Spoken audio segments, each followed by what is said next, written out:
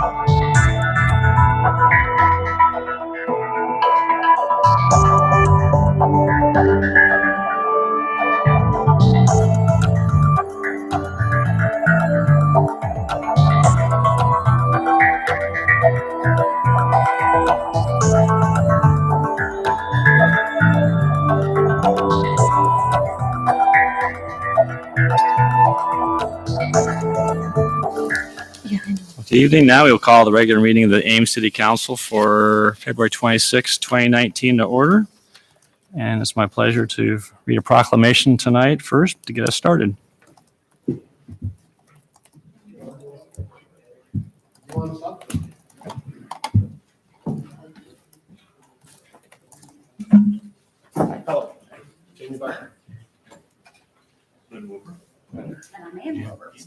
All right, well, I'll read part of the proclamation and then I'll give you a couple minutes.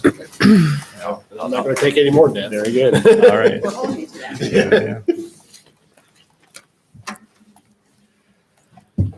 Iowa Honeybee Day.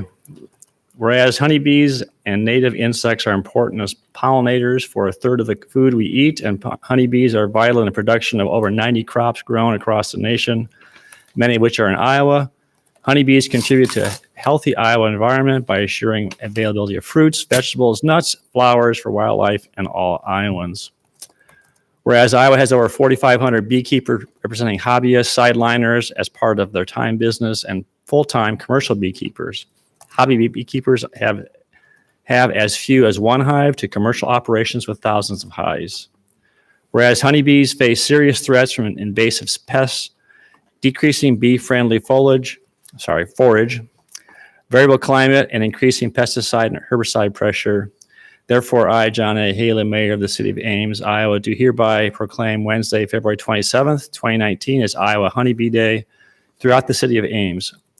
Therefore, I encourage all citizens, residents, and visitors to join in observing this day and focusing on the importance of honeybees to our state economy, to enjoy the honey and other products of honeybees, to recognize the honeybees' role in maintaining our Iowa environment, and to assist in reducing the threats to honeybee survival in our state. And does that mean the winter also affects it? That's a tough one. All right. That's a tough one. Thank you very much. Good. All right, introduce yourself and Thank you very much. your friends. I am very impressed with this proclamation by the city. I'm very appreciative of it. My name is Jamie Beyer. I'm a legislative representative for the Iowa Honey Producers Association. I retired from the City of Ames power plant 3 years ago, and it's been a number of years, but since then, I got into honeybees. And so, I'm very fortunate that my mentor is here, Lynn Wilbur and his wife, Ann. Lynn has helped me so much in my beekeeping. It's over the top the number of calls, the number of texts. He's patient enough with me, bears with me. I think Steve knows how persistent I can be. So I'm that way, and I apologize. But anyway, I really appreciate this proclamation. We were fortunate that last week, Governor Kim Reynolds signed a similar proclamation last Wednesday, proclaiming February 27th as Iowa Honeybee Day. That's tomorrow. We've got beekeepers from across the state coming to this Honeybee Day, representing beekeepers. And we really want to answer legislators' questions about honeybees, problems that honeybees face, and the challenges that we have. And as the proclamation reads, honeybees is a big part of our agricultural economy, and we want to preserve that as much as we can. So I'll stick around afterward if somebody wants to ask me any questions, or questions right now will be fine. Be around, huh? Yep, I'll be around for a while. Be around. Oh, yeah. Yep, Iowa Honeybee Day is at the Capitol. You're all welcome. We got a good reception going on. And I might mention that we also have 26 or 27 cities that have signed this proclamation, similar proclamation. That's a phenomenal number of cities across the state. So, All right. thank you very much. Appreciate it. Thank you.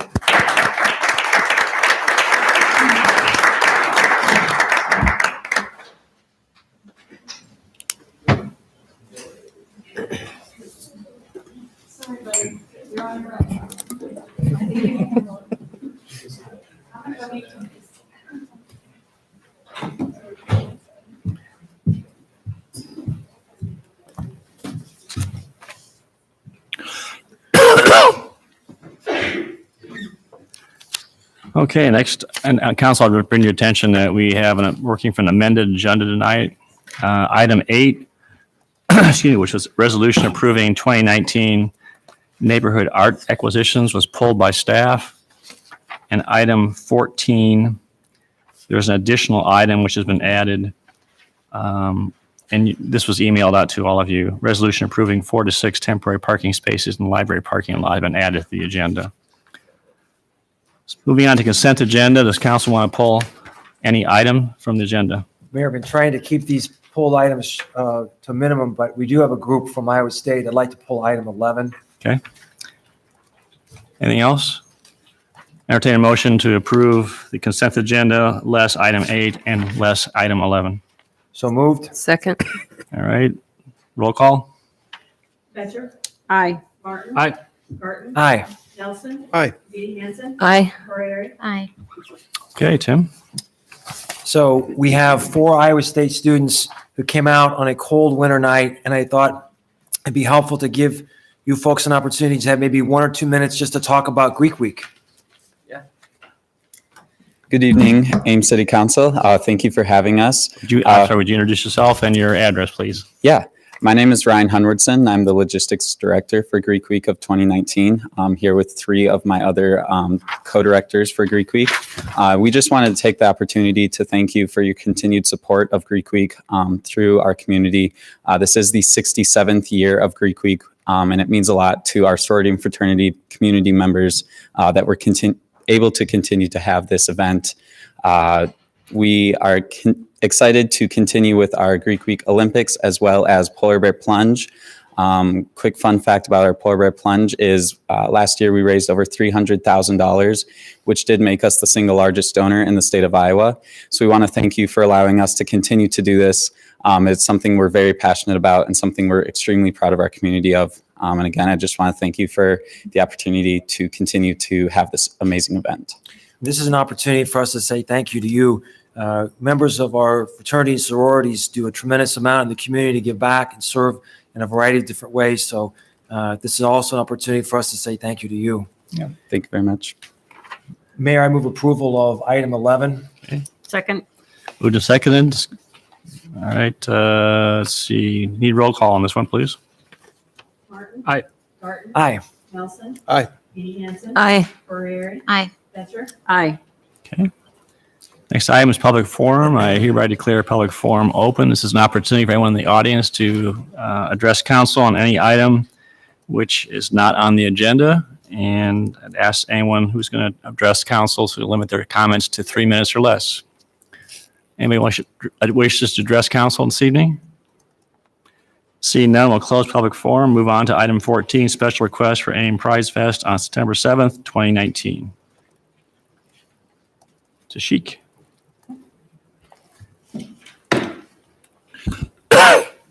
Good evening, Mayor and Council. So the request for Ames Pride Fest. Excuse me, just a point of, we've had some people email me saying they're having a hard time hearing in the audience, and so I talked to Derek about that. So when you talk to them in the microphone, sorry, I hate to be so academic, but he asked to keep our mouths pretty close and directly in front of the microphone so people in the audience can hear. So same for you, Tashik. So I'm sorry. So the request for Ames Pride Fest is a bit unique this year in that the organization, Ames Pride, is requesting a waiver of parking meter fees in all of downtown. Last year, their request was confined to their area, their event location. So as far as staff's knowledge, the only time council has granted a waiver of all parking meters downtown was for area-wide events sponsored by Ames Main Street. So if the council was to go ahead and waive all meters downtown, the effect on the parking fund will result in a loss of $1,379.25 compared to $168.75 if council was to waive it just for their event location. So that's about it. There are 4 options staff has included for council to consider. Any questions? I think. Okay, yeah, well, let's see if the council has any questions, and we'll open up for public input. So any questions for staff? All right, I do have one card from Tara Andrews, who's invited to address council. If you limit your comments to 10 minutes or less, and then we'll open, 10 minutes, 3 minutes or less. I'd love to have 10 minutes if I'm allowed. My name is Tara Andrews. I reside at 108 Jewel Drive. I'm here today as the chair of Ames Pride and the co-chair of Ames Pride Fest 2019. I'd like to speak a little bit to the request for free parking in downtown for Saturday, September 7th. Our very first Pride Fest was in October of 2017. We held it in Bandshell Park. It was a very cold and rainy day, resulted in a very muddy festival for us. Due to the lessons we learned at that event, we moved Pride Fest 2018 to the paved streets in the heart of downtown Ames on Douglas Avenue. This year for Pride Fest 2019, we're going to expand those festival grounds to include more vendors and space for our attendees. Moving Pride Fest to a paved street was in direct response to community feedback for better accessibility, especially for those who use mobility aids. Some of the things that we've done for our previous events to make them accessible to all people include contracting American Sign Language interpreters for the entire day. We do not accept sponsorship from alcohol and tobacco companies, and that's specifically for the accessibility of those struggling with addiction, especially gender and sexual minorities who have a higher rate of addiction and substance abuse. We include and collaborate with faith-based community organizations, and we also have a variety of food vendor options available for different dietary restrictions. There are no admission fees or ticketing associated with Ames Pride Fest in our efforts to keep our event economically accessible as well. Economic accessibility is as important as any other type of accessibility, and it's why we request that the City of Ames approve a free parking day for all of downtown Ames on September 7th. Our goal is to allow as many people as possible to be in the heart of downtown Ames for as long as they want to be, rather than long as they can afford to be. The request is because of suggestions we received at our community feedback event after Ames Pride Fest 2018, which councilperson Gloria Betcher attended. And if you have any questions, I'd be more than happy to answer them for you. I have one question. Yes. Can you let us know what the attendance was like over the 2 years you've had Yes, so far, and absolutely. what you predict for this year? Yes, hope for absolutely. anyway? So our first year was sort of last minute thrown together, but we still did pretty good. It was at Bandshell Park, and I think we had 300 or 400 people. Again, it was rained out, and it was cold, and it was muddy, and it was still a great time, though. Last year, For Pride Fest 2018, we had about 1,500 people. And again, it rained. It was like 42 degrees all day, but we still did very well considering the weather. This year, we're trying to have anything north of 2,000 people is what we're aiming for. So ideally, that's where we'd be. Other questions for Tara? Thank you. Thank you. Does anybody else in the audience like to address council on this topic? Seeing none, we'll close public input and council.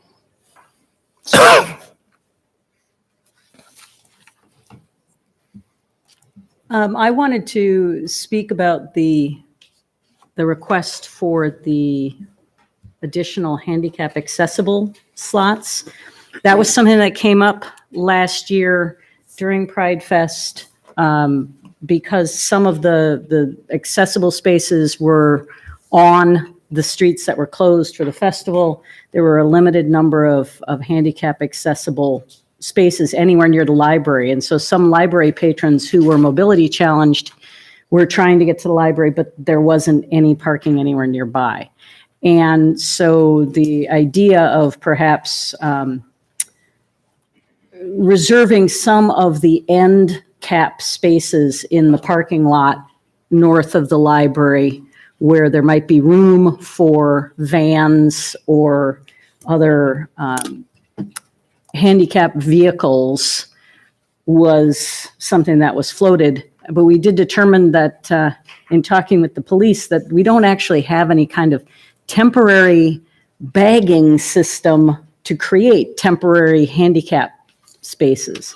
So I don't know if that's something that we would need to do if we were interested in this, Steve, or if that's just something we say, let the police and public works work out how we designate these. I think, Gloria, this was something that was the additional item, and maybe Tashika, can you just mention this? There's an additional item added, resolution approving 4 to 6 temporary parking spaces in the library parking lot. I believe that intent was potentially for handicapped. Is that correct? Correct. Yes, right. I But think what you're asking is maybe a legal question. How we do it. How do we do it? We can create the bags. That's not the issue. The issue is, can you just authorize us to temporarily designate handicap spaces yes, in the library for that day? Or maybe there's Without some sort of changing an chalk ordinance. marking for the Pardon? ground as opposed to paint marking or something like that. So We we can can handle do it that. administratively, you're saying? So we can do that with Okay. voting on the, what is it, D? Or is it It'd actually be an item E. E? Okay, so I didn't catch that. That's the intent of the temporary spaces is for that purpose? I believe so, David, yes. yes. I mean, Yeah. that's, I think that there was a word left out, should have been temporary handicap parking spaces. oh, I see, under the additional item for the, okay. That was part of the original letter from Ames Pride about Yep. the event. Okay, for discussion? That's the easier part. I think the trickier decision is the all parking or event parking question. And I mean, I am certainly sympathetic. I love the event, but parking is a tricky one for me because I think, for one, in downtown, we did just move the parking meter rate back down to that 50 cents an hour. So we're already looking at deficits in the parking fund because of that. And then I worry too about, I mean, there are probably many worthy events that would like to attract people and be accessible to all, but we have to think, I think, about the financial impact of that too. I do get the point though. I mean, in terms of economic accessibility, I think that is a good point. I'm always the first to encourage people take the bus, bike, the bus for those who maybe have mobility issues would be doable. The culture we have where parking is free and easy and always expected. I don't think that's what you're going for, but I mean, I think that's my dilemma about parking in general when I think about parking. That's where I'm at. Thank you. I agree that we're a little bit in a spot because we've been, whenever anyone asks for free parking downtown for an event, we kind of say yes. And we're in that spot. And just in January, we said yes to a 3-day shopping event downtown. This is a waiver of $3,700 in parking income. And it's not like people are actually parking on the sidewalks. It was people, people are going into stores, they're using the parking on Main Street in a totally normal way. And we approved that for 3 days just for shopping purpose. Now, this, I think, is a community event that is really important. It reaches people who are neglected, and it says something about our community. It says that, we're here and you're part of the community, and this is a day where you don't have to worry. So I think if we're looking at the merits of the event, I think this is a strong contender. At the same time, I don't know if we should be doing this generally, but I don't think this is the time to take a stand on it. I think that we should approve this. So I'd move alternative 2. And alternative 2 is to approve the request, including the all-day parking. I'll second. All right, move in seconds or discussion. Just one other observation. We already have Main Street parking meters closed because it's a farmer's market Saturday. So we've got, 2 or 3 blocks of Main Street plus Burnett.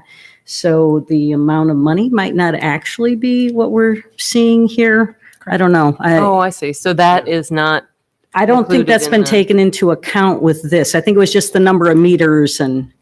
Right. So farmers market hasn't come before the special events committee as of yet. So we don't know. I think what they those probably meters are. will, though, right? I'm going to guess they will. So that would probably also reduce how much we would be losing in addition. No, you make a good point, David, especially about the shopping event having. And that's not the only one. We do one in the summer as well. And Yeah. we've been doing, No, I that's a think, good point. To I would me- be, yeah. Well, to me, the difference between that and this is a fantastic event and do what we can to support it, is that a shopping event is generally meant to bring people downtown to shop, and the city does benefit from that. So we do get local option sales tax from that sale. So it's not exactly apples to apples in the way that I'm looking at that specifically. I'm leaning more towards on the side of, I think we have to be careful about how we do this. If the event is on one end of Main Street and we're giving away free parking 5 blocks away, I'm not sure that the people using those spots 5 blocks away are the people that are going to be at this event at that particular point in time. So I'm struggling with just the parking piece of this. Yeah, the parking is what really gets me. I voted against decreasing the meter fee, so I'm not going to support waiving all of the parking downtown, but support the event. I appreciate your passion for this. I think I would take a slightly different perspective. I don't think we should look at it in terms of who's making the request. I think we treat everybody the same. And so Bronwyn made the point. I promise there will be other wonderful events that will make a similar request. So I'm going to be supporting alternative 1.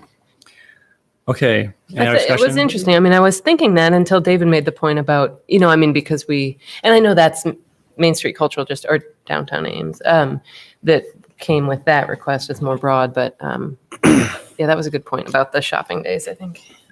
Yeah, I understand that you get direct financial benefit to the city when people shop downtown that goes into sales tax. And we don't use the sales tax for the parking fund, right? So, it's a benefit, but I think there's also a benefit to the health of the community through an event like this. And I agree that there's a sense in which we've sort of put a fence around things right now by saying, well, if it's commerce, then maybe we'll consider it. And if it's not commerce, then we won't. I'm just not sure that's the right decision for us to be making. And it's a long-term process for us to decide what our policy should be. Mm-hmm. I do think there's a lot of overlap too between what goes on Main Street and this event, at least from what I saw last year. There were a lot of people coming from the shopping district or going to the shopping district through the Pride Fest. So I don't know if you can separate the two of them. Okay, let's go ahead and take some action on this. And I would, David, if you would you mind withdrawing your motion? I'd like to take it. We have several resolutions and also a motion. So it's laid out on your agenda, item A, B, C, D. And so the parking topic would come up under item C. So first would be a motion approving a blanket temporary obstruction permit and blanket vending license. So basically, we're breaking this down into specific items. One's a motion and rest have to be resolutions. So, okay, I would withdraw my motion and then move to approve the blanket temporary obstruction permit and blanket vending license. Okay, thank you. Second. All right. Those in favor say aye. Aye. Opposed? Carried. Okay, item B. Move the resolution for closure of the streets listed. Second. Discussion? All right, roll call, please. Garten, Aye. Nelson, Aye. Edie Hanson. Aye. Corriere, Aye. Batchor, Aye. Martin. Aye. Okay, David, then here, if you're interested in making a Yes. motion, then you'd have to be on the, for this, the amount of spaces. And I believe it's 613 spaces, is that correct, Tashik? That is actually identified. It would be waived under what I believe your intent of your motion on alternate number 2 was. Yes, so I'd move that we resolve to approve a waiver of parking meter fees and enforcement in downtown Ames for all 613 meters as requested. Is there a Second. second? All I'll right. second. Still. All right, roll call, please. Nelson, Nay. Edie Hanson, Aye. Corriere, Nay. Batchor, Aye. Martin. Aye. Garten, Nay. All right, 3-3, motion failed. And I would move to approve the resolution that is the waiver of the fee for the blanket vending license. Second. Okay, roll call, please. Edie Hanson, Aye. Corriere, Aye. Batchor, Aye. Martin. Aye. Garten, Blanket vending. Aye. Nelson. Aye.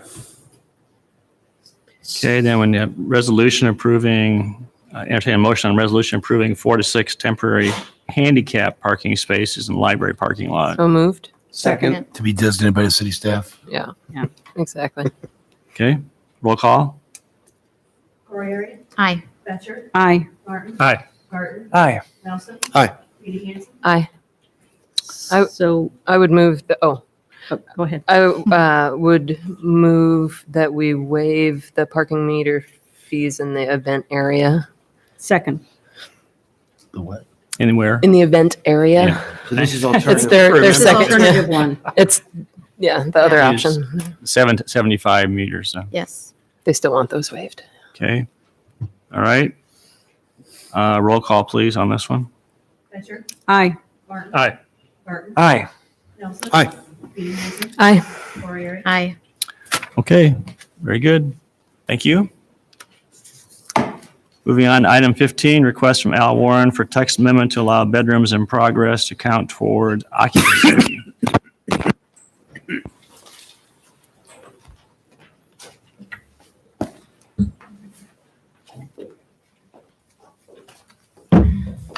Good evening, Mayor and City Council. As you might recall, in January, you directed staff to bring back options regarding a letter from Mr. Al Warren earlier in the month regarding adding bedrooms in his existing home.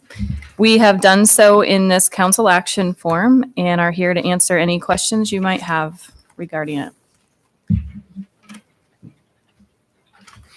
Questions for either Mark or for Sarah?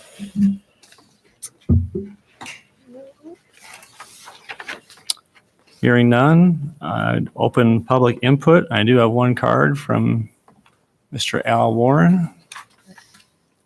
He's invited to come to the podium and offer input.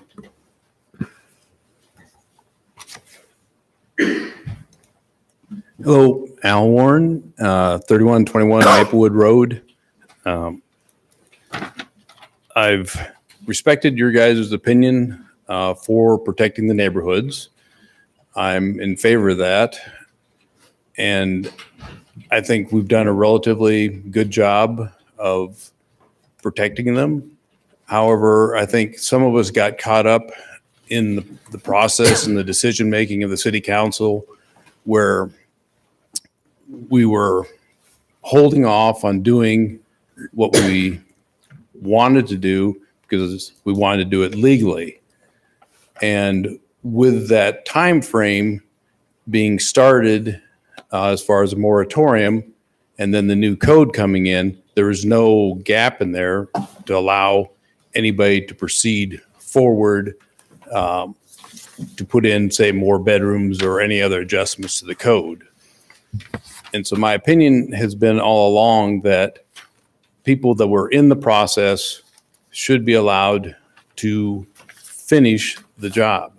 And whether it be narrowly defined code where we say a bedroom has to have 125 square foot and you have to do certain items associated with it to make more of a parameter to change a limited time frame option to come in and comply with the current code. I think that would be great. I've also got I don't know if you guys received the email from the scan. Yeah. we Okay. did. Mhm, I made thank you. copies of that. So the neighborhood is not objecting to what I'm trying to do. And so there's not the negativity associated with some proposals that have been pushed out there.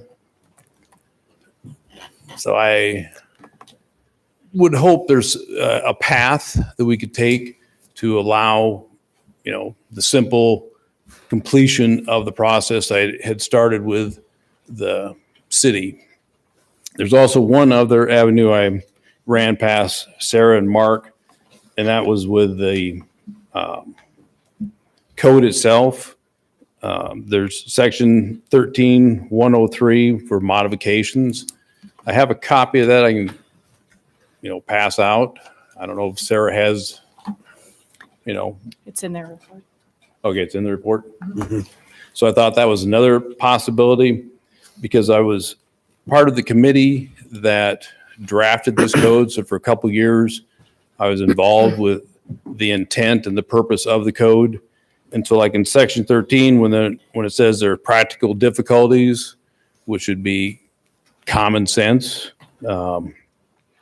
and when it talks about code modifications, that doesn't necessarily mean a structural, an electrical, a plumbing. It can also mean other aspects of the code. For example, when David Brown was steering this committee, it was brought up about gutters, for example.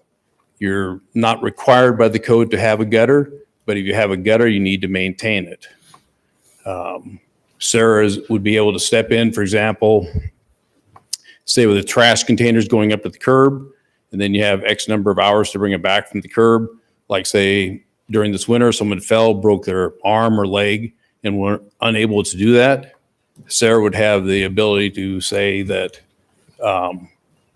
we will not penalize this person for not being able to make it up to the curb to move his trash back and forth.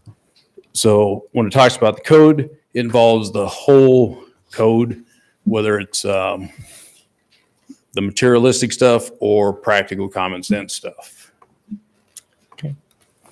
Very good. Thank you. Mayor, I have a question if I could for Al. So Al, we have your letter. How do we know that you are in process? What can we point to? Well, there's a couple things. One, Gloria one evening was strolling through the neighborhood and I invited her into the house.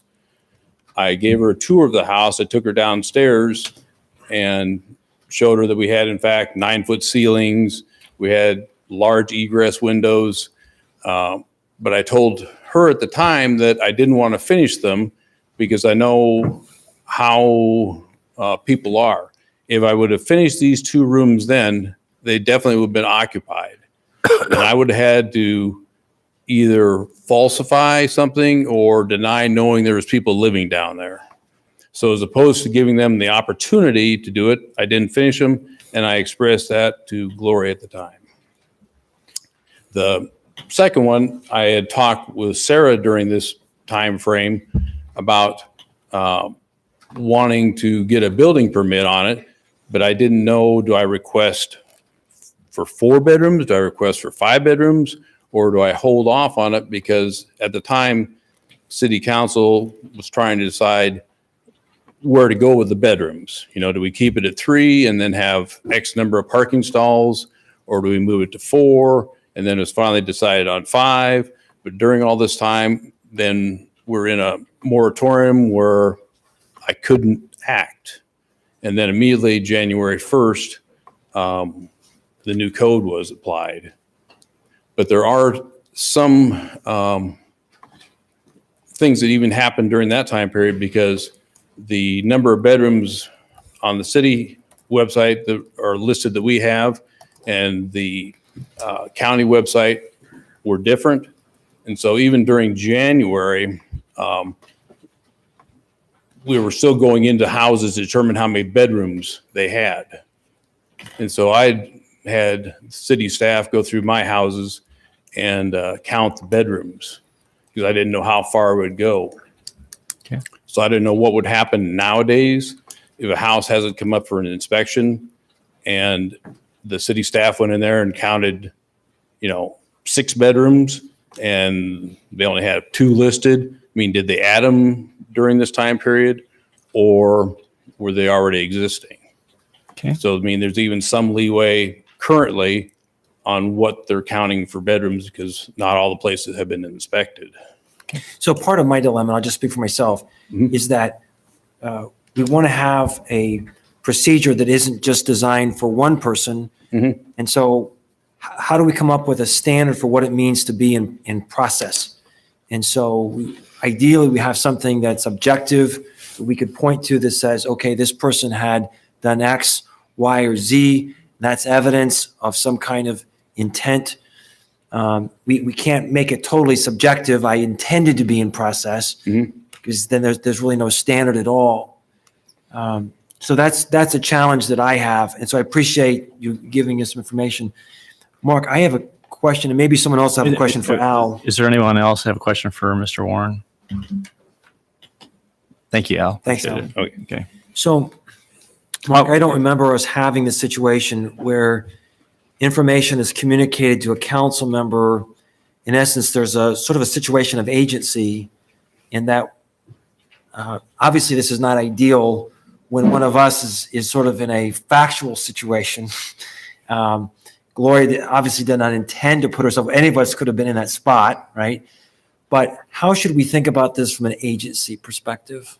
Well, this is a legislative determination. If you're going to amend the ordinance and allow certain people that were in a certain situation to add bedrooms, then that's a legislative determination. So the fact that there was conversations between council members and Mr. Warren is not, if that's what you're asking, is not a problem. No, it's a little different. Okay. So here's my question more precisely. Is a conversation that someone has with one of us, I'm going to take out Gloria, one of us, equal to a conversation that they would have with city staff? Because we would prefer that these kind of conversations be done with our city staff. So should we treat that as an equivalent conversation? I wouldn't treat it as an equivalent conversation. I mean, I think the communications with staff that showed some sort of intent are really the ones that you should look at. If you're looking to develop standards for what's showing that someone was in progress, that communications with staff would be the key to that, not communication with the council members. Okay. It makes it a little bit tricky. I can appreciate from Al's perspective that if he had communication with one of us, there would be a presumption that would be information that would be relayed to the city and that we're acting in a representative capacity. Al didn't have Gloria in just because she's a nice lady walking by. He invited a conversation because of her. No, he had me in because I was walking by and I said, gosh, your house is almost done. Can I take a look at it? So it really was just me walking through the neighborhood. Al didn't know he had to prove anything at that point at all. So. And that may be, but it's hard for us to take our city council hat off. And so he knows that she's a city council member. So it's hard for us to not be an agent. And that's the part that I'm trying to think through. Okay. Yeah. Is there anybody else like to address council on this particular topic? Did you have an answer on that, Mark? Well, I think just what I said before is that I think if you're looking at standards for what are we going to look at to determine if someone was in progress, One of those standards could be communications with staff. I wouldn't consider communications with the council members to be something that you should consider. All right, thank you. All right. Close public input. All right, council. So one of the concerns I have about this, putting aside the fact that I know I had that conversation and I know what Al told me, it's that kind of catch-22 where you are waiting for word on whether those bedrooms will count. And before we even make a decision, we put the moratorium in place so you can't move forward. And that's the part that's troubling to me, because we did not have any kind of open window at all for those people who might have been waiting for the word on how many bedrooms were legal. And I don't know how many people there are who were in that So position. this brings up, and I appreciate your point, Gloria. So Sarah, I have a question. A test that I think is helpful for us to think about is whether someone in Al's situation could have done anything differently. He's in the spot he's in. This is not ideal, but what could he have done differently to have made this an easier analysis for us? Any ideas? I think when he talked with me initially, the application of a building permit might have helped, but without knowing where council was going, he didn't know if that was going to help him or not. So I don't think there's anything tangible that he could have done. There's no documentation he could have given us to prove that this was his intent. So this is my point, and that's what I thought you were going to say. And so I think we treat an applicant differently if there was something they could have done and they chose not to do that, as opposed to someone who didn't really have any recourse that they could take. I think that the analysis is different there. Thank you for your answer on that. Other discussion? So regarding the moratorium, that was enacted before I joined council, but my recollection was that it was part of the point was to do it immediately so that people would not be able to sort of analyze and game the system. And I don't think anyone had Mr. Warren in mind specifically there, but that was a risk. And that was why council decided to proceed the way it did. That's true, but then the winners are the ones who actually did choose to game the system by adding. Yeah, had the same odds as everyone else. Yeah. So we don't want to penalize someone who tried to follow the law. Okay. Others? Yeah, I think this is a tough one too, because I mean, there are people who currently are in situations where they have houses and they'd like to add bedrooms and be able to use those, but also can't. And I think this having in process strictly defined would be one thing, but yeah, having just the fact that there was a conversation about the desire to add bedrooms, that doesn't seem enough of a standard, but Sarah, do you have any knowledge of any other people that fall into this category? Is this solely for one applicant? So there are other people that would, I think as Bronwyn was indicating, would take advantage of this if given the ability. I don't know that there are any people that fully intended to add bedrooms at some point, given an occupancy change. Somebody contacted me just Friday with a single-family home in which the basement bedroom is completely compliant as a bedroom, except the egress window well is off a couple inches. And so it's never been counted as a bedroom in our eyes.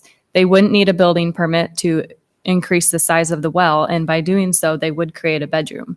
So right now, as the code stands, they can do that. They just can't increase their occupants. So I think there's several little changes that people could make that are maybe outside of what we think of as, adding on to a house or totally reconfiguring a house to make a bedroom. So I think if we opened it up, there would probably be several people coming to us trying to make minor changes.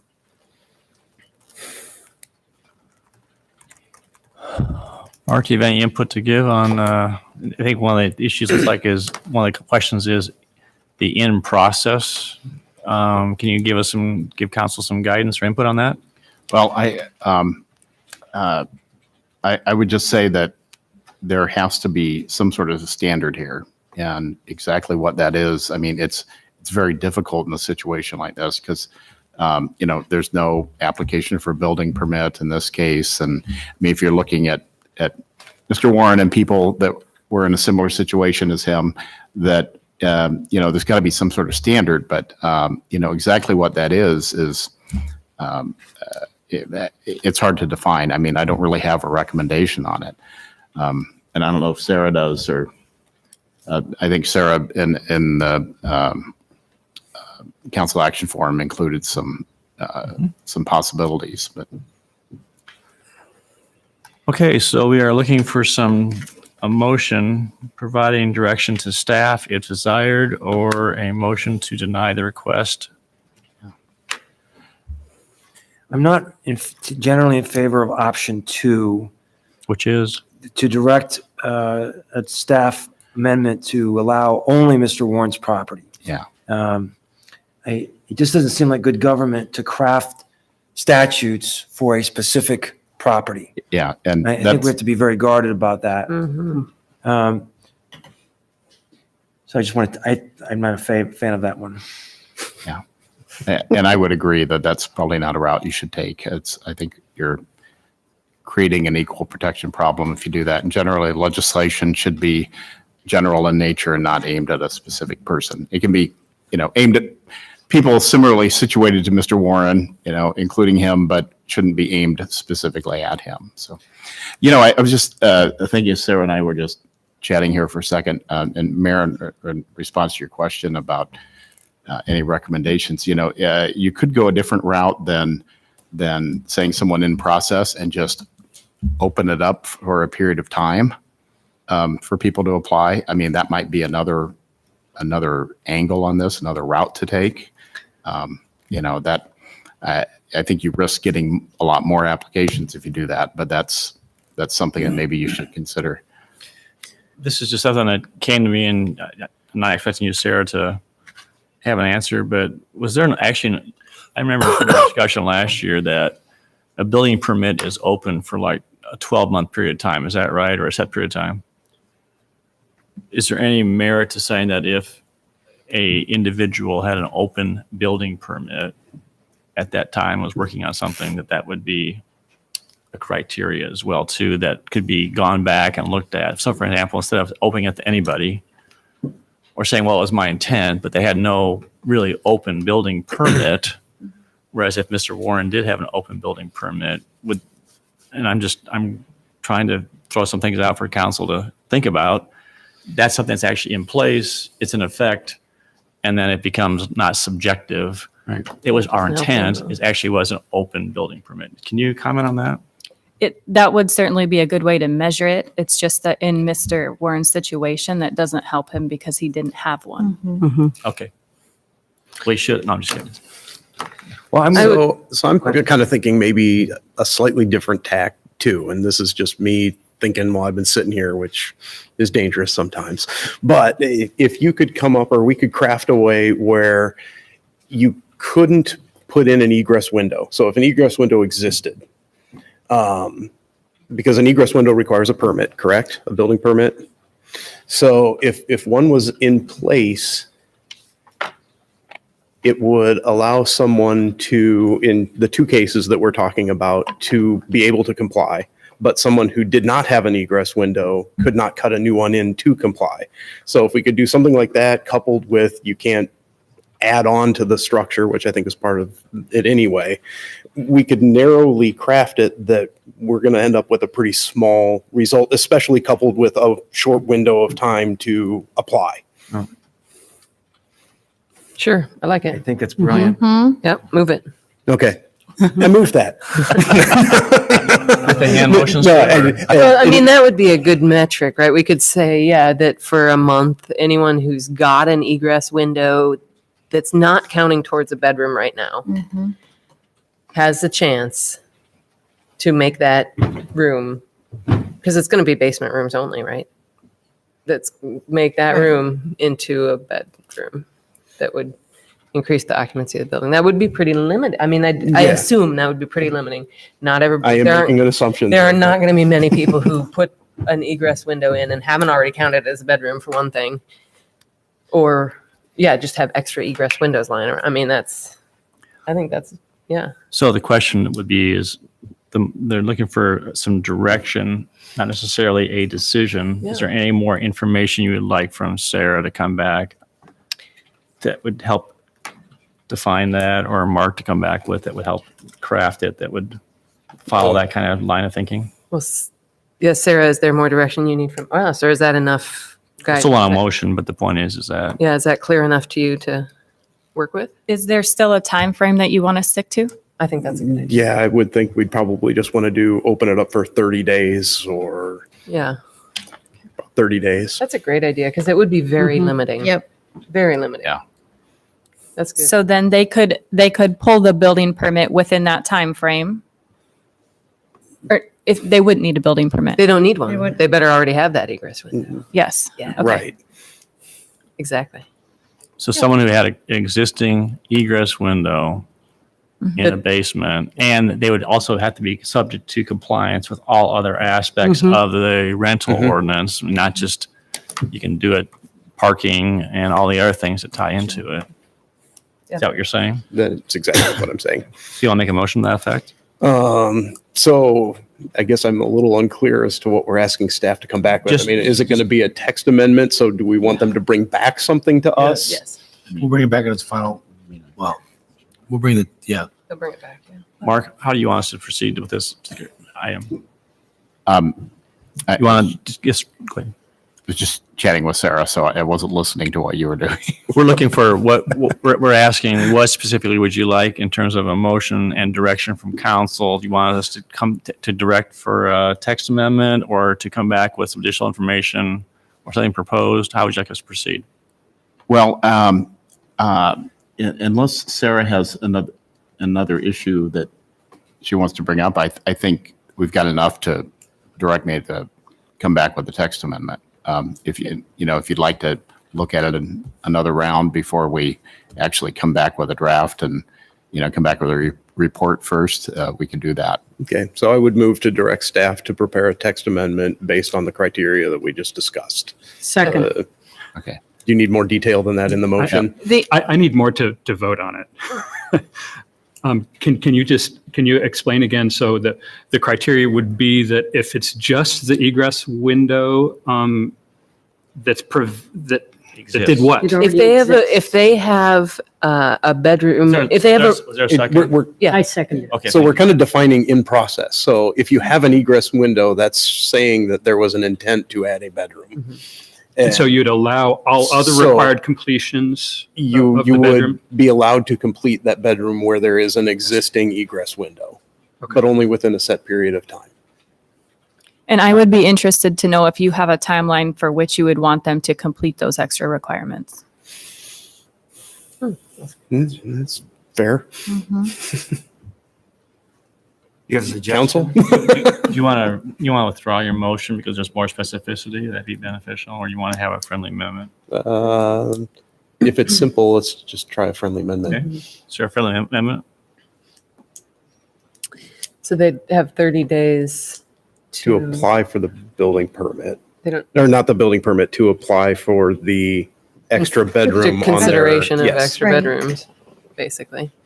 But they'd have to be complete within Another- Is there a similar situation Year? where we've given a 6 period of months? time, 60 days or 90 days? Give people 6 months. 6 So I would months? say it would depend on what the item is, because if it's a egress window well, they're probably not going to dig that and expand it right now. No, Well, they they can't. have They have to to- already yeah. have the window. They're- Window well. Oh, Yeah, so the, so I the see, I see. example we talked about, they can't It's- dig right now. I see. So, So I'm pretty sure in the rental code for weather-related items, we give them 180 days. So if we say in January you need to paint your house, they get 180 days to do that.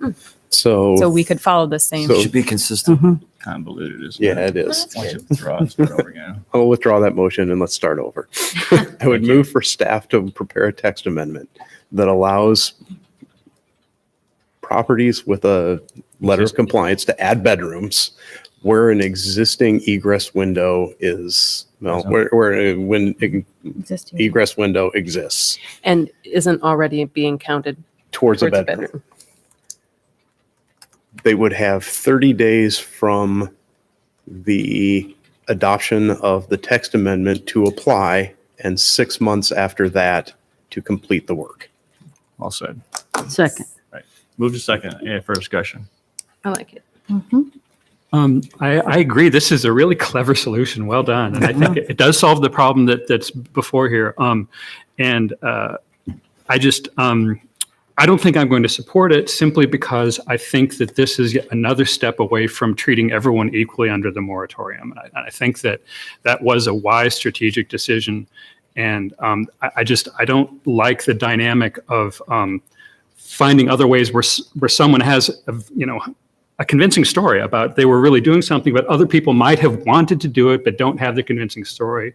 And we're just, they have no recourse at all. So I think it's fairer to treat everyone the same way. Just for clarification, Sarah, so when they say an egress window completed, you're not counting the digging the window well then, right? Is that what you're saying? Right. I think what they mean all is agree with that? a code compliant egress window in place. They can make any other corrections needed to make that a legal bedroom, including the window well, smoke detector, walls. Right. But in the case you spoke of where the person had the egress window but needed to make a modification, was that about window well depth? Mm-hmm. Yeah. But the egress window's already in there, and there's already a window well. Yes. Just not quite. Just not big enough. Yeah. Oh, so there's got to be a well sometime. Adjustment. Well, to put in the egress window in the first place. Yeah. The window has to exist. It has to be in place. Mhm. That's the only thing that's a criteria. Mhm. They can't pull a permit to try and put a new one in. Right. Right. But if there's not a window well in place or it doesn't meet code, it can be modified within the 6-month period of time. And That's the intent, right? Yes. And also just to be clear about the fact that it can't already count as a bedroom. Like they can't have a 3-bedroom unit with a basement with a egress window and then use this to make an attic room also a bedroom, right? Yeah, it's got to be that room. Right. Yeah. Basement room. That's a good point. Okay. And I just have one other question. I think it's kind of obvious here, but for Mr. Warren, this would actually help you, right? Right. Yeah. Right. Yeah. Okay.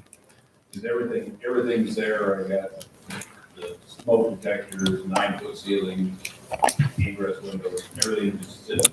Yep. Okay. Those in favor say aye. Aye. Opposed or abstaining? Nay for the reason I stated. Okay. Motion carried 5-1. Thank you. Okay, council, we're going to take I would ask everyone to stay at the dais, a couple-minute recess. There's on item 16, either Mr. Howell or his wife are going to be calling in, and I just want to make it clear, this is not a precedent setting. People can start calling in and making comments on items. Just so happens they moved out of state, and we're going to try it this one time, and it may be this is the one and only time, and then from here on out, we'll have someone has to either appear in person or actually have a representative, come. But our media specialist indicated he needed a couple of minutes to get the person on the phone. So we're going to take a short couple-minute recess, but please stay in place because once that person's online, we're going to go ahead and we'll reconvene and go on to item number 16. So we'll have a little recess.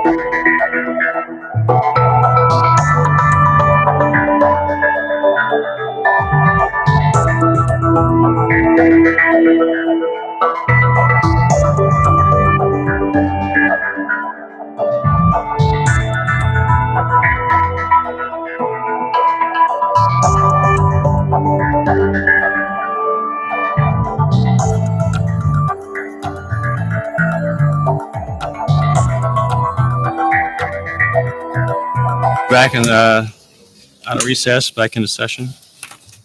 Item 16, discussion of property sale hardship exemption request for Robert Howell for 107 South Riverside. And I believe, is it Mr. Howell or Ms. Howell's on the line? Yes, this is Emily Howe. Okay, Emily, welcome. And we will follow our standard protocol, and that is we will first have staff report, followed by council asking any questions of staff. Then we will allow you to go ahead and proceed with your presentation or justification, and then we'll have council have discussion. So Mark, if you would please give us guidance in terms of how you want us to proceed specifically tonight. Well, you pretty much hit the nail on the head that, staff goes first and then, we're sort of into more of a quasi-judicial mode here rather than a legislative mode. And so, but we'd have the staff go first and then council can ask staff questions, followed by the applicant and they can make a statement and then the council can ask them questions. And then you can open it up to the public to see if anyone wants to comment, come up and address it. And then after that, if you want to give both the staff and then the applicant another chance to make any final statements, and then council would discuss it and make a decision. I want to point out that there are two standards, and you've probably seen that in the staff report, two standards that you have to determine. And the first one is that the advantages to the neighborhood and the city of allowing the property to be registered as a rental property to facilitate its sale outweigh the disadvantages to the neighborhood and city of exceeding the rental concentration cap. And then number two is the sale of the property would have been possible at reasonable market value as a single family dwelling, but for the existence of the rental concentration cap. Now, those are both probably a little subjective and you should discuss both of these items. You don't have to take a separate vote on them, and I wouldn't recommend that, but just those two standards should be in your discussion. And realize if you vote in favor of granting the exception that you are then finding that both of these criteria have been met, both of these standards have been met. If you vote against the granting of the exception, then you are finding that one or both of them have not been met. More procedurally, if we deny the application, does the applicant have the ability to appeal this decision to the district court? I think so. I think so. I don't think it's 100% clear, but I think they would.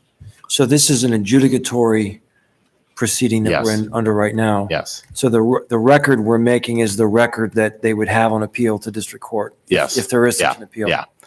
And I think they probably could. I can't say that with 100% certainty, but I think we should assume that they can. And they also could go another 6 months or 9 months and apply again, or they'll have one shot only to apply for this exception.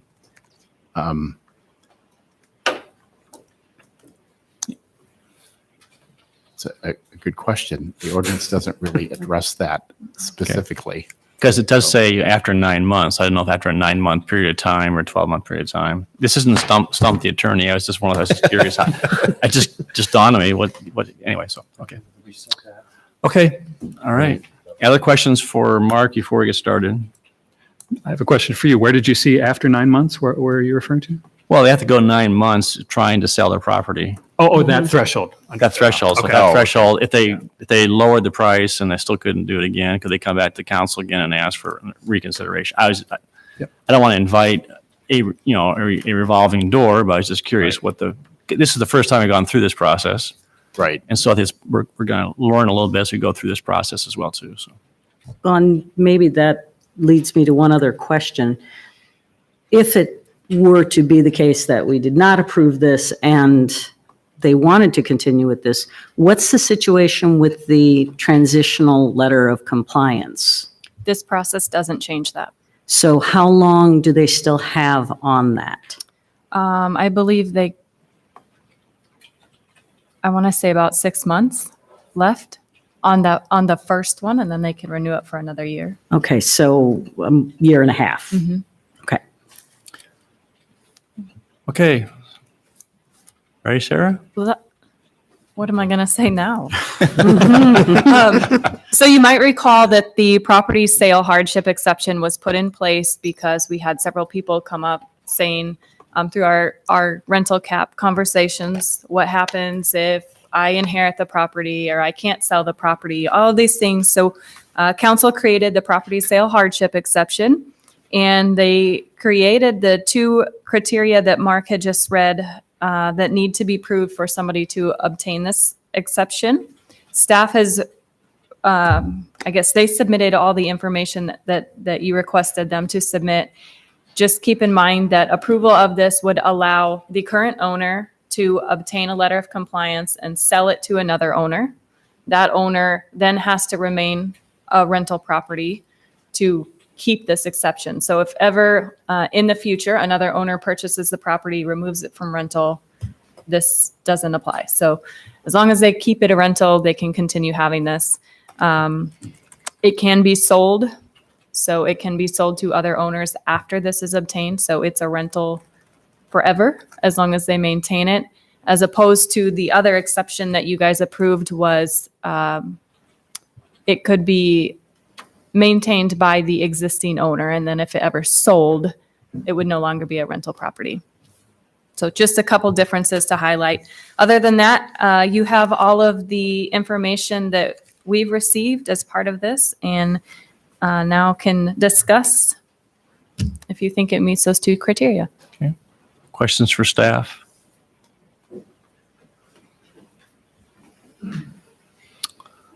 Okay.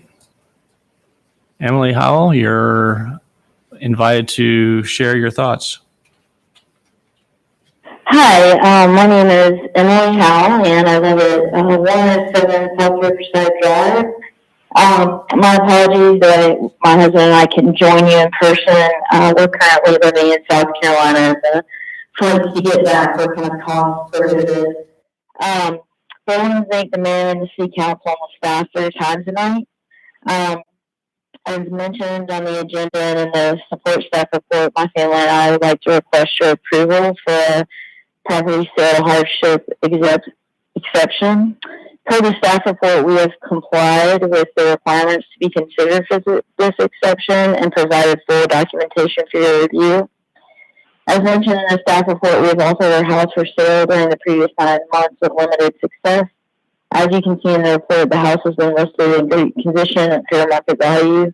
We believe the best effort has been made by hired realtors to sell the house, both of which were top realtors in Ames. Given the existence of the rental cap and our lack of an LLC, we have been unsuccessful in selling the house. Approval of this exception would give us an additional buyer pool to market the house to, and if successful in selling, it would lift a large burden from our family. As you can imagine, it is very difficult and stressful to own a property from 2,000 miles away, as we currently reside in South Carolina. In addition, we believe that, in fact, allowing this property to become a registered rental outweigh the disadvantages to the neighborhood and the city, were we to have to drastically reduce the price or to have to foreclose on the home. Thank you for your consideration. I'm available to answer any of your questions to help with the approval of this exception. Thank you for your concise. Yes, thank you for your concise comments. And council, do you have any questions for Ms. Howell? Maybe to make sure we're on the same page in terms of numbers, Emily. So from what I'm reading in the material that you provided, the house was purchased by you folks for $250,000. Is that correct? And it does in the report. I'm sorry, I'm going to sound a little bit ignorant on some of this because my husband typically handles this type of stuff. He had to teach class tonight. Can they confirm that? I have my notes. I think that's correct. That's what it says in the. That's what it says in the document. Okay, and the assessed value is $250,000. You had an offer for $269,900. I think the assessed value is 228.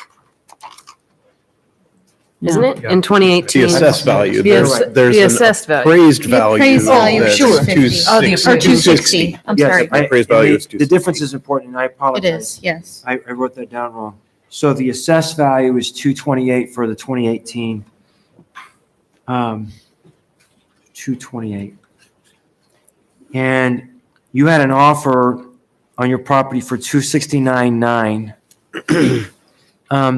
It seems like that is evidence that the market likes your house and was willing to pay you above what you paid for the property. And so as I was looking at this, I'm trying to figure out, where is the hardship? Well, sir, can I respond? Oh, please. Yeah, the question is for you. Okay. Yeah, so we did have that offer right away, which was great. But for some reason, the buyers pulled out, and then we didn't have another offer. And even with, offering incentives, like, various things, thousands of dollars towards this or that, we just didn't have another offer. And I think that around that time and right after that offer, the market kind of shifted. And as our marketing efforts and our several top realtors have tried to pursue the sale of this house, it hasn't happened through no fault of our own. So I think that's kind of showing, even though we did have that one offer, that's showing, I think, that we would benefit from a hardship and having at least an additional chance to have another option for a market. And then I think, the other option of that is to drastically drop the price, but we're going to lose money. But when you think about whether you want to do that to the neighborhood and what your intention was originally with the rental cap, I don't think you're trying to hurt home sales in the neighborhood without at least pursuing these other options. Okay, other questions for the applicant? Emily, do you currently have a renter in the house?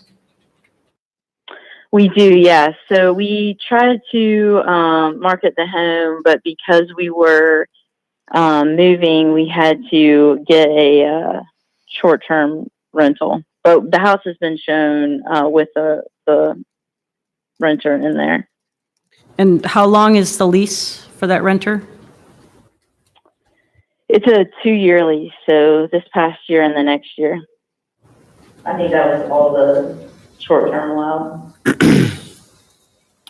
Other questions? I have a question. I think I know the answer, but the assessor report says that the home has 7 bedrooms above grade, but the other reports all say 5 bedrooms. Which is it? Yeah, so it has 1 bedroom and then, so it's 5 bedrooms total. Thank you. Other questions? I see that you mentioned not wanting to drastically drop the price. Yet there was a suggestion by your realtor who you praised that you actually dropped the price on June 1st to $255, but you never did that, did you? I'm not sure what we have had the house for sale at. I think it's in the report, but I just don't have that information. Okay. I guess I have a side question for Mark here. In establishing the record, can we assume that the materials that we reviewed that are in the packet will be part of the record, or do we need to draw all that out in terms of this conversation? No, you can assume that the materials in the packet are part of the record. If there was an appeal to district court, we'd have to send all these materials on. Thank you. And we have a follow-up question.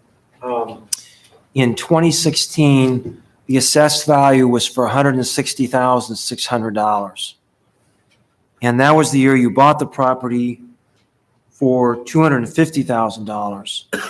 So this is a substantial spread between what you bought it for and the assessed value. It makes me a little nervous that we're rewarding. Well, sorry, can I address that? Can we just finish my sentence and then? Sure, yeah. It makes me a little nervous. If you paid more than what you may wish you would have, maybe what you should have, then is that a factor in our consideration now in the hardship? Could you speak to that disparity? Yes, sir. So when we bought the house, we had it appraised, and it appraised for what we bought it for, or else the bank wouldn't have loaned us the money. And that was a fair market value at the time of the purchase. The reason potentially that you're seeing a lower value is the prior occupants of that house, I think, had lived there for maybe 14 years. So I don't know that there was a proper assessed value on the property prior to that, but it was definitely, it appraised for what we paid for it. And that was a fair market value by several realtors' assessments when we were buying the home. Okay. Did you make any improvements while you lived in the house? We built the fence and painted the house, but we didn't do any major construction or anything. So Emily, I think I saw a note on one of these documents about the situation with the renter, that the rental lease had to be honored until 2020. Has anybody said anything about that when they've been viewing the home? Because it seems like it would be kind of difficult to move into a house if there's a renter with a lease till 2020. No, they haven't, but we honestly haven't gotten many calls even, before getting to that step to look and visit the house. But we also, keep in mind, had it on the market for months before we had this rental contract at all, and we still had no activity. So we didn't really see a dramatic shift when we waited months to get a renter. We waited as long as we could, but we had to move and get another mortgage, so just couldn't afford to pay 2 mortgages. So during that time, after that first offer was withdrawn, before we had to find the short-term rental, there wasn't an interest either. So I just ask that you keep that in mind. Thank you. I was under the impression when you were still living in the home that you had a renter at that time as well. Is this a different renter than we were just discussing? No, when we were still living in the home, we didn't have any renters. This is just when we moved, we got a renter. Oh, I see. So there's only been one. Thank you. Okay, I think that the topic of whether there's a renter or not, does it play to one of the 2 points that we're talking about? No. So let's just. Yeah, and I think it also,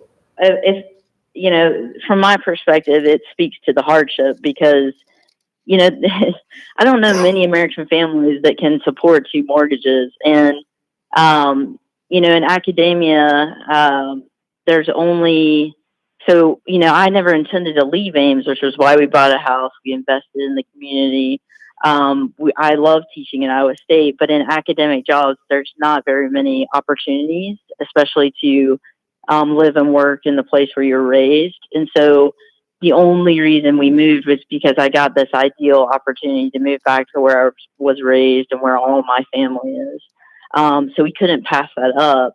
But at the same time, when we bought the house, none of these laws existed. So I think it does speak to the hardship that we had to get a renter. We've been going through all of this, and we've really been trying to comply with all the regulations that you guys have imposed, even when those didn't exist when we originally bought the house. Okay. Thank you. Any other questions for Ms. Howell? Is anybody in the audience like to address council under public comment on this particular topic? Seeing none, we'll close public comment and council discussion and decision.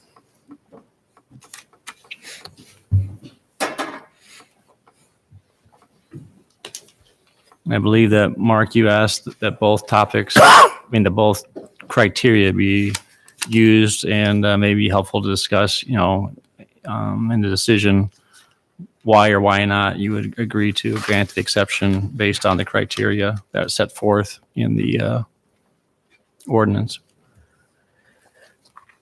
Right. Mark, how do we think about the factual basis for number one? The advantage to the neighborhood and the city of allowing the property to be registered as a rental property to facilitate its sale outweigh the disadvantages to the neighborhood and city of exceeding the rental concentration cap? Well, it's rather subjective. I mean, Right. and I think you just have to think about the entire, rental cap area and the reason for the rental cap and the reason that you put this exception into the ordinance and does this further deteriorate the neighborhood? Is this maybe one where an exception should be granted because it is a hardship? And I think that's all pretty subjective, but you have to come to your own conclusion on that. Mhm. And I will remind council, you all got a copy of the email from the neighborhood association president voicing her opinion. I think it was her personal Yeah, it's email. not on Oh, the thank you. It's a Thank you. submission. Thank you for that correction, David. You're right. It was her own personal opinion. Thank you. For number one, when I think about it, and people, like you said, it's subjective, so maybe people have different thought process in mind there, but when I think about the advantage to a neighborhood about letting a property be registered as a rental property, given a cap, would be if the property is going to fall into disrepair because it can't be dealt with. I'm not sure that I've been convinced that that's the case with this property. I think the point about the realtor suggesting a decrease June 1st and seeing no action on the point of the sellers to try to move their price down any from the 259. I'm not sure that translates into that the property is going to fall into disrepair if it's not sold. So that's where I see the advantages to the neighborhood being greater than the disadvantage of exceeding the cap. I mean, for me, this is really entirely why I was against the cap in the first place. We're being asked to make a decision about someone's financial situation, essentially. Perhaps they haven't lowered the price because they can't afford to lower the price. And I think the fact that we're putting people in this situation, asking them to come and plead their case before city council is just crazy. And well, we're here though. Here. I can't believe that we're doing this. Other comments? Discussion? Also on number two there, that I think the fact that it's got a tenant in it does potentially hamper the sale of the property. I'm not sure that means that the existence of the rental concentration cap hampers the sale of the property. But having someone in there until 2020, when you're looking to sell it to someone that needs to move in, I would think would certainly hamper that sale. But then they're really sort of caught in a tight spot. Yeah, I agree. I Because agree, yeah. They have a mortgage to cover. Yep. And so, Yes. this is. I hear you. Yep. No, I'm sympathetic. I am. It's the first of these Sorry, decisions. am I allowed to speak anymore or no? Sorry about that. No. Oh, okay. All right. Thank you.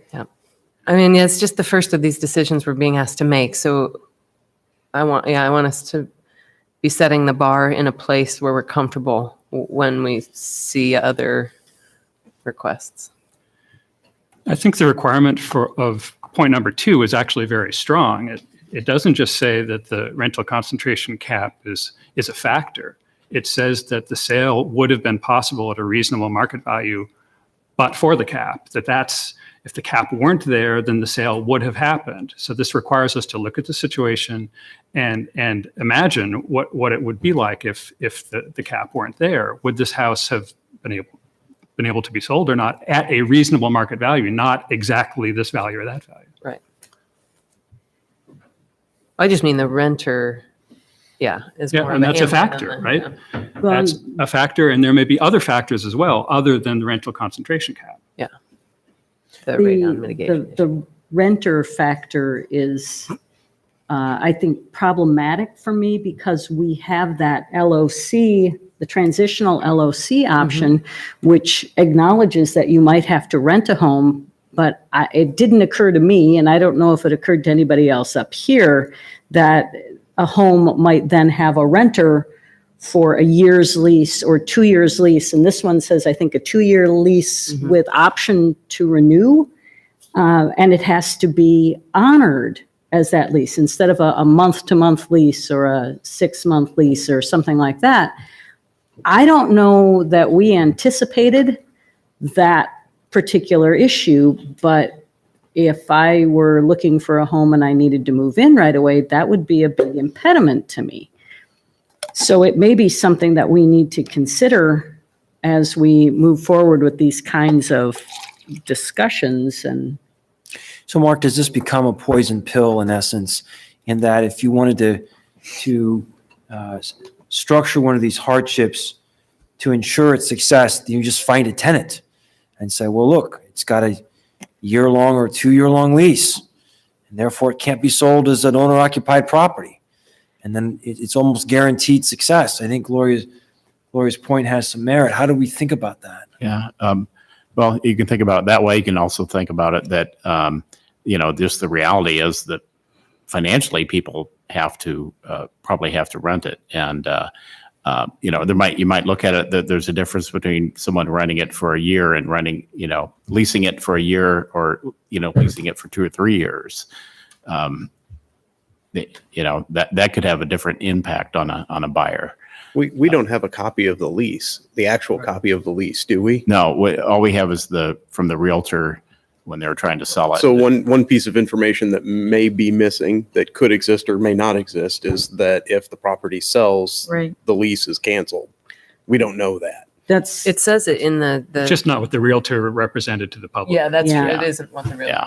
any buyer would need to honor the lease agreement with purchase. And it was, Right, but I can address this if you. Is that possible or not? Allow it if you want. All right. You can allow her to.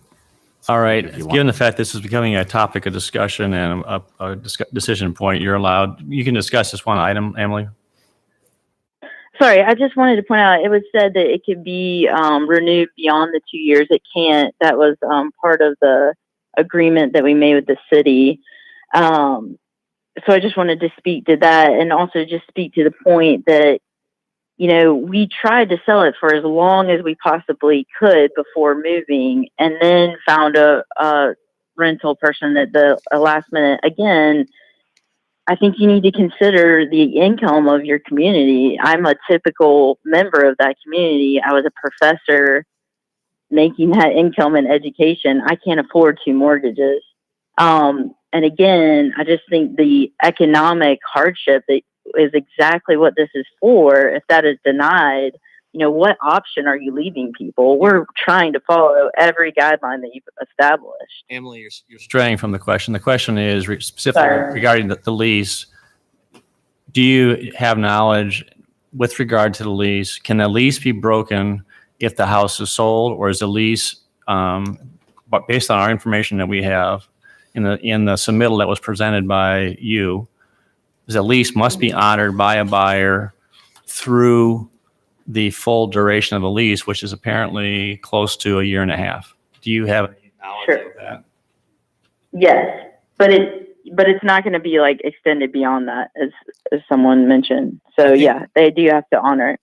So I think that the point, just as clarification for information, is that council is weighing is the fact is someone who wants to buy it as a single family owner occupied residence will not be interested in your house for at least 14, 15 months because they can't actually occupy it until the lease terminates 1.5 years from now. Right, but it didn't sell before that, in the months before that we had that. So yeah, I think you've answered the question. Thank you. Yeah. All right, So Councilman. I'm really concerned about this because I promise you then, Yeah. every other application for an exception will have a 2-year lease. Magically, right? So I think what should have happened is they should have had a month-to-month lease or some kind of other shorter provision to allow the property realistically to be sold as an owner-occupied property. Okay, let's stay on topic. Let's. I think this is topic. Well, I think in it's supposed fairness to them, materiality. this is the first time that we've had to deal with this. I mean, they may have gotten bad advice. They may have not thought about that. I mean, we're talking, we're in uncharted territory for them too. So That's true. I mean, there are a lot of risks. Are we ready for a motion? Yes, we are. I'm going to move option 2. And would you read that motion, please, Yeah. for Ms. Howell's purpose? Yes, I'm sorry, but yes, option 2 is to deny the property sale hardship exception application. Do you want me to read the rest of it? Prohibiting the property from being eligible for an LLC in order to sell the property. The property could continue to be rented until the transitional LLC currently in place expires. Is there a second? Second. Motion made and seconded. Discussion. So why? For me, I think that we have a problem reaching the finding for element number 2. I think that if you just look at the broad strokes here, we have a home that was purchased for $250,000 and then went on the market for only ever more than $250,000. And I don't think you can look at that sequence of attempts to sell the house and conclude that it definitely would have sold at that value if the cap weren't there. No. And I think that's what 2 requires us to do. It requires us to say that the cap is the cause of this house not selling, not just for $250,000, but for any reasonable market value. That's the entire problem with this whole process. None of us are real estate experts. We don't know that the cap caused it or that it didn't cause it. We have no factual basis for making any of these determinations.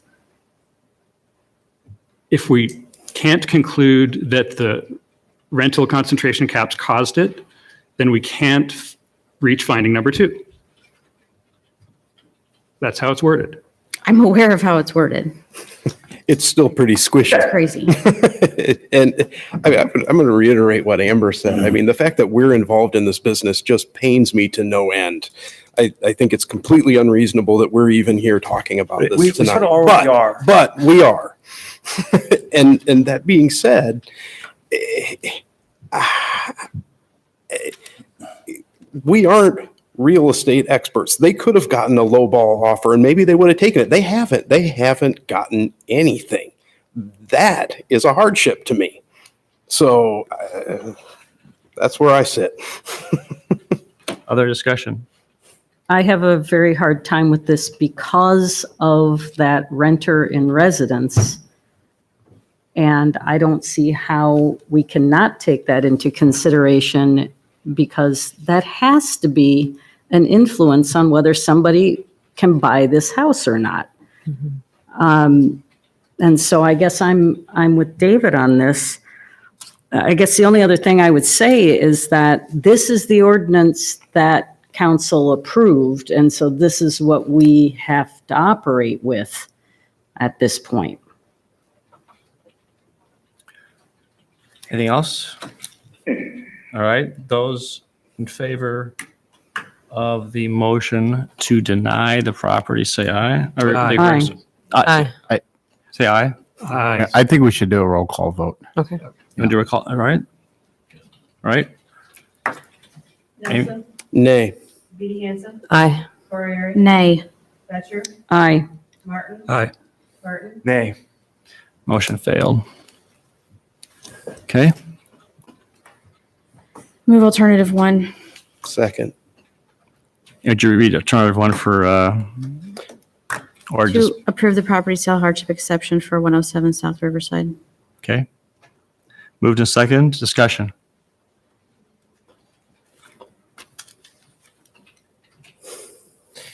This is messy. I think Gloria is right on point. I agree with her. I'm very worried about future applications having long leases on them. So for this council member, I want to say to the real estate community loud and clearly, if you think this is going to be a workable solution next time to just game the system and bring us a 2-year lease, that won't happen another time. I would recommend using a month-to-month lease so that we're not in this situation. For me, that's a very good point. Thank you, Gloria. Other discussion? I find it very difficult to vote in support of number 1, but I don't know where that leaves us. Because if we're left with another tie. It's not a resolution though. It will be resolution. Resolution to approve the request. Right, Mark? Yeah. This becomes a resolution. Oh. The first, We just the found motion- another problem in the process. I didn't see that. It's a it doesn't say anywhere that it's a resolution. Yeah, I missed that too. Mark? Is the ordinance drafted to require it to be a resolution? No, the ordinance doesn't say it's a resolution. Okay. I mean, the council acts either on a motion, a resolution, or an ordinance. And Okay. so if it doesn't specify, it can be done on motion. Okay, so leave it as a motion. All right.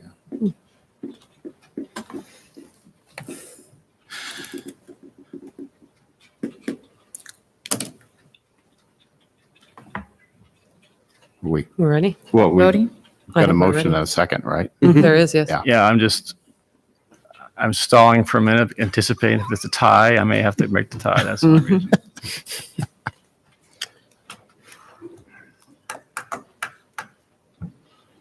All right, roll call. Judy Hansen, Nay. Corey Airy, Aye. Batchor, Nay. Martin, Nay. Martin, Aye. and Nelson. Aye.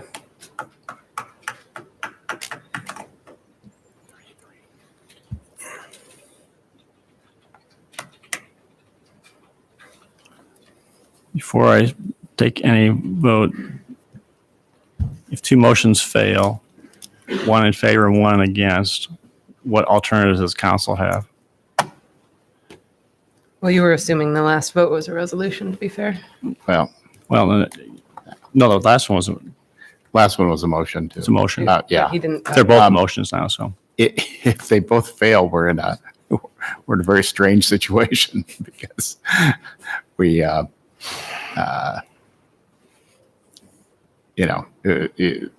to approve it would have failed and to deny would have failed. So Just to clarify that it. probably just tables it. I think we have to have a resolution, I mean, All right, resolve the issue in one way or the other.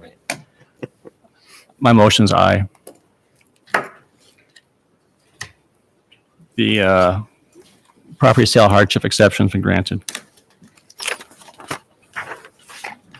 All right, let's move on. Item 17. Can we have some easy ones? I feel like we're owed some easy ones.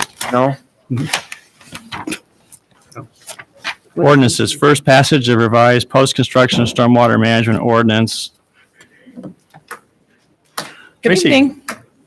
Well, we talked about this just not too long ago. So with the direction that we received at the last meeting, we've brought another version for consideration. The definition of redevelopment has been revised to remove the words multifamily. So it would have the land use, existing land use is commercial, industrial, and institutional, or residential. And then we have the financial security. We did do some clarification on the wording of that section as well. And then the redevelopment would be triggered with creation of 1 acre of impervious cover, and the new development would remain with the 10,000 square feet.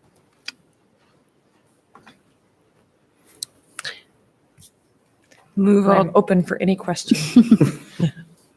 Any questions for staff on this one?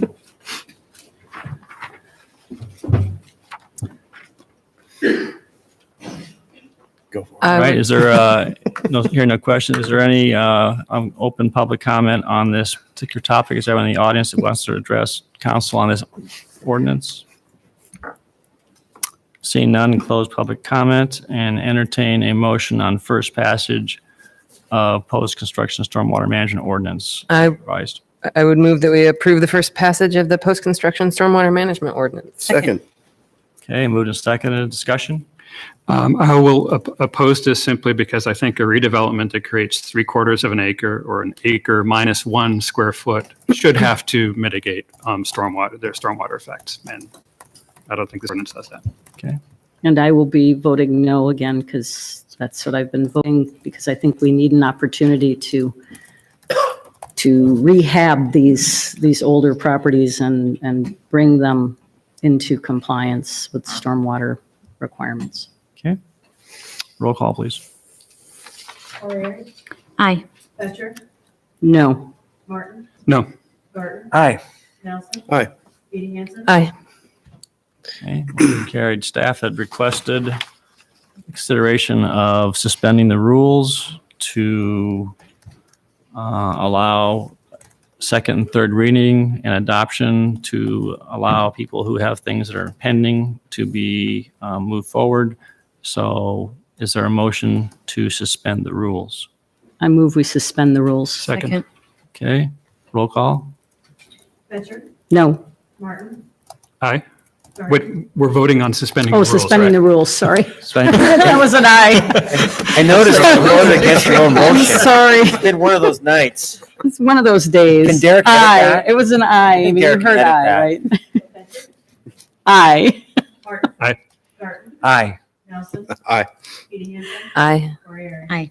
Entertain motions on second passage. Move on second. Second. All right, roll call, please. Martin. No. Garten. Aye. Nelson. Aye. Edie Hanson. Aye. O'Reilly. Aye. Batchor. No. All right, entertain motion on third passage. Move on third. Second. Roll call. Garten. Aye. Nelson. Aye. Edie Hanson. Aye. O'Reilly. Aye. Batchor. No. Martin. No. Okay, revised ordinance passed. Thank you. Thank you very much. All right, item 18, first passage of ordinance prohibiting parking at all times on the east side of North Riverside Drive and prohibiting parking at all times on the north side of Harris Street. Is there any, I'll open public comment. Anyone in the audience wants to address council on this topic? Seeing none, do you have any questions for staff on this item? Entertain a motion for first passage of ordinance. So moved. Yeah. Second. Moved and seconded. Discussion? Roll call? Nelson. Aye. Edie Hanson. Aye. O'Reilly. Aye. Batchor. Aye. Martin. Aye. Garten. Aye. Okay, and this item 19 is, which is third passage and adoption of game day parking ordinance number 4379. We'll actually need two motions. One will be the third passage of the adoption of the ordinance, and then we'll need a resolution designating the areas specifically that are going to be included or covered by this. So I entertain a motion on third passage and adoption of the game day parking ordinance 4379. So moved. Second. Okay, roll call. Edie Hanson. Aye. O'Reilly. Aye. Batchor. Aye. Martin. Aye. Garten. Aye. Nelson. Aye. And Mark, if you could give us a little help here on this, on the resolution on designating areas. We got specific areas that were sent to us. Is that, Can you just I can take a reference stab the at this. map? Can we just move to approve the map as the map going with the resolution that's included in item 19? Yeah, Second. yeah. And then, Diana will prepare a resolution saying, resolved by the City Council of Ames that the following map is adopted and game day area, I think it's called, right? so there is a formal map identifying council has access to that particular map, so. Yeah, so the resolution's to approve the map. And if we in the future want to change this map, what is the We process can then? just do it by a resolution, which only takes one meeting. We don't have to go back and amend the ordinance, and that's why we're doing it this way. Which, we did with some similar things with the Mhm. rental cap and. So I just have one other question, and that is if we have been, or at least I have been getting some emails from people and hearing from people who live in the North Riverside neighborhood that they might want to be added to this. But we don't really have any data on illegal parking there. So if I were to want to make that motion, would that be something that would wait for council comments? Or is that something that is pertinent to this map discussion now? Yeah, I think given that you have the map, it would probably be best just to go ahead and vote on that, and because otherwise you'd really have to delay and come back with the map again next time. But you could make that motion at council comments, and then if it passes, we could come back with a new map. Thanks. Sure. Okay. All right. Entertain a motion.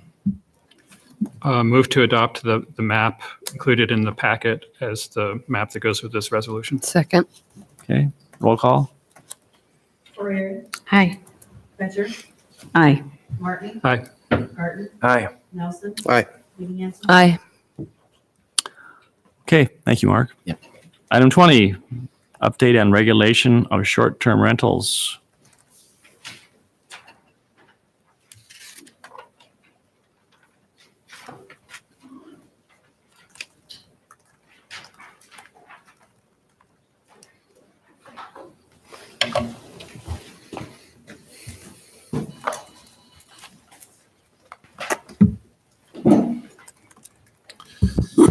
Good evening, City Council. Eloise and I are back to you to move forward with the short-term rental regulations. You have reviewed this a number of times in the past 9 months. Most recently, on November 13th, you gave direction to staff to add an option for multifamily apartments to also participate in the system of short-term rentals.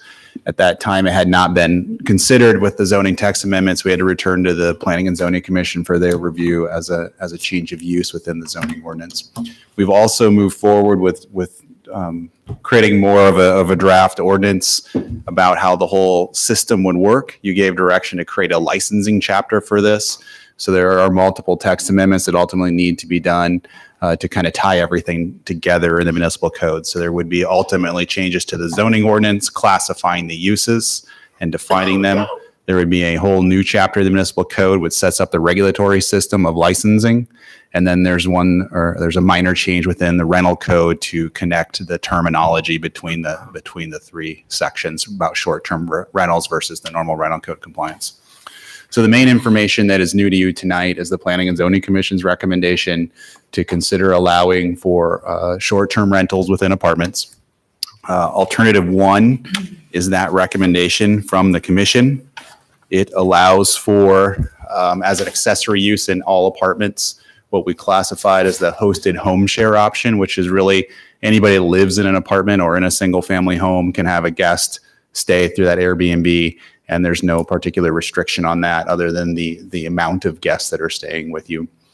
The more involved version is the vacation rental option, which allows for the full use of a home or an apartment as a transient lodging room for up to the 5 guests based on the number of bedrooms, much like the rental code. So the commission recommended allowing for the home shares as the accessory use, but to allow for the vacation rental option only where apartments are a conforming use. And this is important in certain lower density areas that historically may have had other uses like 3plexes or 4plexes that we no longer allow to be a conforming use. And they recommended not to allow for a new way to use those non-conforming structures. So that would only apply in the low density, essentially the RL zoning district. The rest of the zoning districts in the city, this would be an eligible option. Now, they did add a process to that where in high density areas such as RH or in Campus Town or some of the commercial districts where there are higher density uses to allow that by right through licensing and not need a special permit. They did recommend that in the medium density districts, so those would be some of the older neighborhoods that surround downtown or some of the other core neighborhoods, to require the special use permit, just like we are recommending you do for single family homes. So they thought there was an equity issue of treating the apartment structure the same as the single family home that might be on the same block. So ultimately their recommendation was to also consider not licensing each unit, but to think of it as a collection, as one project, one site, and essentially the property owner would be the one that is required to request the licensing, and they would be responsible for the management of the behavior consistent with the license. So if you're a tenant, you can't apply to the city to do this. You would have to have your landlord apply to establish the property for this and seek the permits for you. So that is the recommendation. We have, again, attached to this format. It's not the final ordinance, but it's the intent to show you where we're going for draft ordinances and to get any feedback you have on the concepts that are there, but most specifically get direction on apartments. And I did want to point out one other thing, that the commission did recommend that only 10% of the total units in an apartment project could be used as Airbnb or short-term rental. So that was the balance of trying to maintain it as a housing supply versus turning things into hotel and motel transient establishments. Yeah. So any questions for Eloise? Has a lot of information for you if you want to dig into that. My concern from the beginning on this has been, how do we think about enforcement? So you have a referral from November for us to provide you some more information about different software vendors that look for proactive enforcement. And there's a subscription model where they'll use their various algorithms to crawl through web pages and identify people offering spaces for rent. And in different ways, they provide that report back to the city, and that allows us to contact people and say, you need a license or you're advertising it beyond capacity. So if we want to go proactive on enforcement, there are subscription services out there. Alternatively, we can follow the same model as the rental housing division, which is it is complaint-based. Or if we're aware of it, we would, if we happen to come across an advertisement, we could reach out to someone, hey, you need to get a license, and do it that way. So there's two different models for that may be available through the software vendors versus our traditional methods. And then if we adopt this ordinance, could you clarify in what situations could not be used for short-term rental with this ordinance that have been utilized as short-term rental before? What are we taking off the table? So technically, no one is legally doing it now. So you're not taking anything off the table. You're legalizing behavior that currently isn't permissible, unless you had a bed and breakfast permit, of which there are no current active bed and breakfast permits that are being used for Airbnb. Well, that's a little hard because we know, if we go on Airbnb right now, there's all kinds of units that are being advertised today. So let me phrase my question maybe just a bit differently to help. There's all kinds of properties and names being utilized as short-term rentals. With this ordinance, what prospectively would not be able to be used as a short-term rental? I think the one thing that comes to mind is, I know of one case where a person offers more than one guest contract. And we're saying one guest contract. And they could continue to do what they do by having a long-term rental and a short-term rental, or they could request licensing as a vacation rental and do what they're trying to do. But they wouldn't be able to call it just a hosted home share and have more than one guest contract. That's a very minor situation, but that situation does exist. Most of what we've seen, I think, would fall under these categories. I think we've been very broad in the allowance of what's existing. It seems like that. And I feel like you've captured a lot of what is existing. There may be somebody that's in the rental cap that's doing a vacation rental now that wouldn't qualify, but they could qualify as a hosted home share or home share within that cap area. So there's some of those things that we don't have the exact addresses to know specifically, but I believe this encapsulates pretty much what's out there now. And I had one final question. I appreciate your patience. So a number of these, we have for example, there with the home share, there's a maximum of 90 days per annual renewal period, or maximum stay. Let's take that one. They all have 30 days. Let's say someone was here on a contract with their employer. They need to be here for 45 or 60 days. is there anything to preclude just renewing that as a workaround the 30 days? So after the 30 days, oh, you're done. Here's your new contract. Is there anything to preclude that? It wouldn't be a short-term rental if it's not less than 30 consecutive days. It would be something else. But do we make them It get could in be the a car, rumor. load up, and drive around the block? I'm just trying to understand how meaningful this is. The only one that's an issue is the home share, where there's a cap on the number of days in a year. In all those other circumstances, a short-term lease of less than 30 days or an agreement to live there for less than 30 days, it's fine to reestablish. And one of our biggest issues is not creating loopholes from the rental code. Right. That's what I'm trying to That's do. one of the hardest Yeah. parts of this, is to try to be permissive and not require full rental code compliance.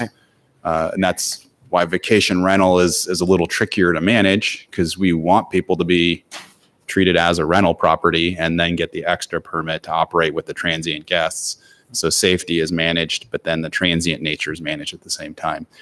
So there isn't directly a way, without a lot of oversight that I don't think we're intending to do, for a very narrow option here about how leases are renewed or restated in that hosted or in that home share category. Okay. Thanks for your help. It's more, I mean, if you're really going to operate as either a mix of shorter rental periods, maybe for 45 or 60 days, you're way better off just getting it licensed as a rental property. You don't have to pay taxes then. It's that 30 days, the key part to paying the hotel motel tax. So you have to pay that extra, I don't even know what it is it 12% on top of whatever you're paying to the state and to the city? So you should be financially motivated to look at that if you're regularly doing this, to not be having to pay hotel motel tax. Thank you.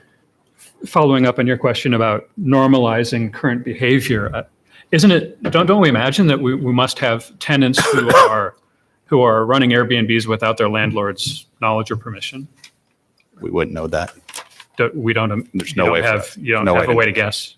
It's very difficult to know which are offered by tenants versus property owners. There's a little bit of guess. You could kind of guess. And when I did that analysis back in October, I guessed that there was a percentage of tenants offering like a hosted home share or home share. But it's very difficult through the advertising to determine that.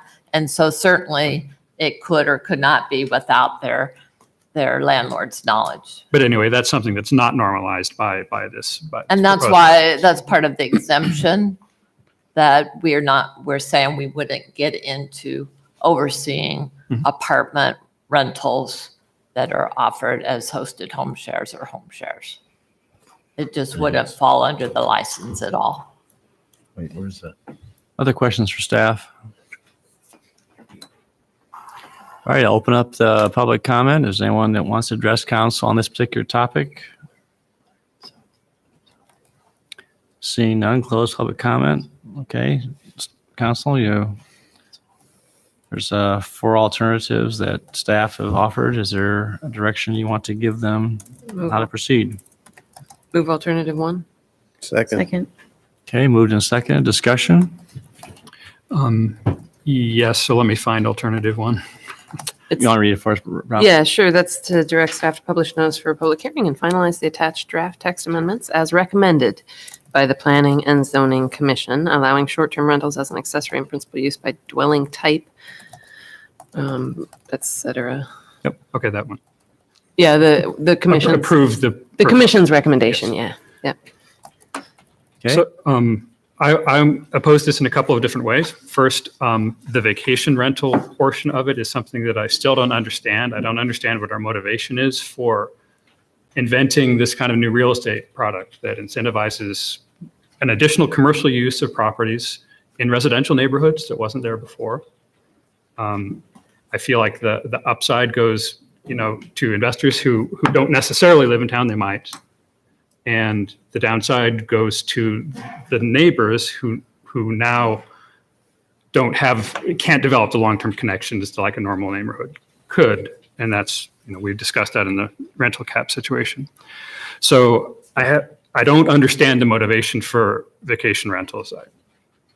I looked back in our records to see who was asking us for this, and I saw 4 different communications to us of entities who say that they would like it. They all want to run a vacation rental.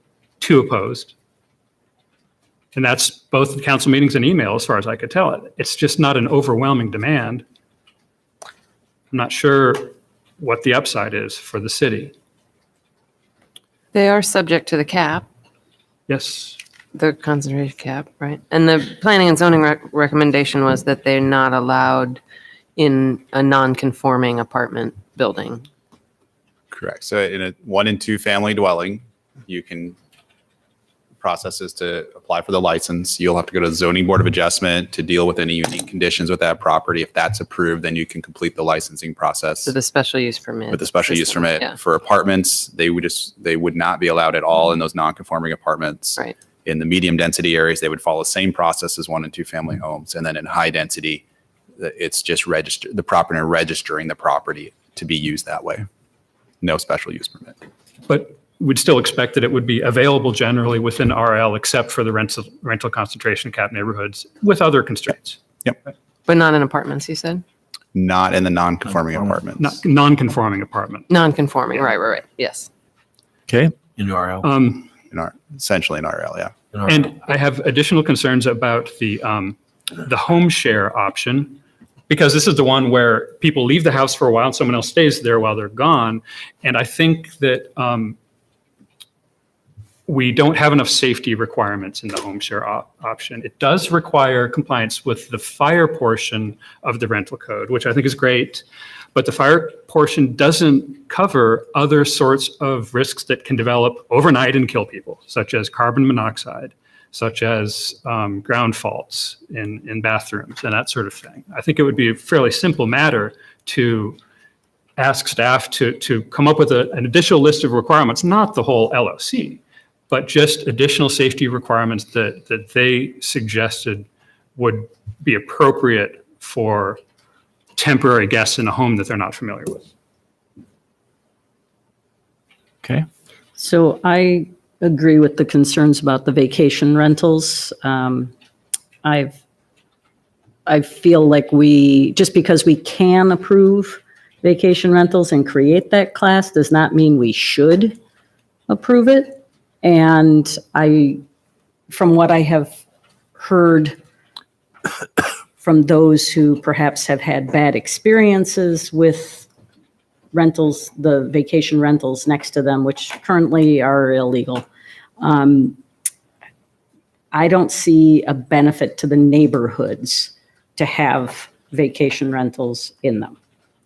And so that is my primary point of disagreement with the ordinance.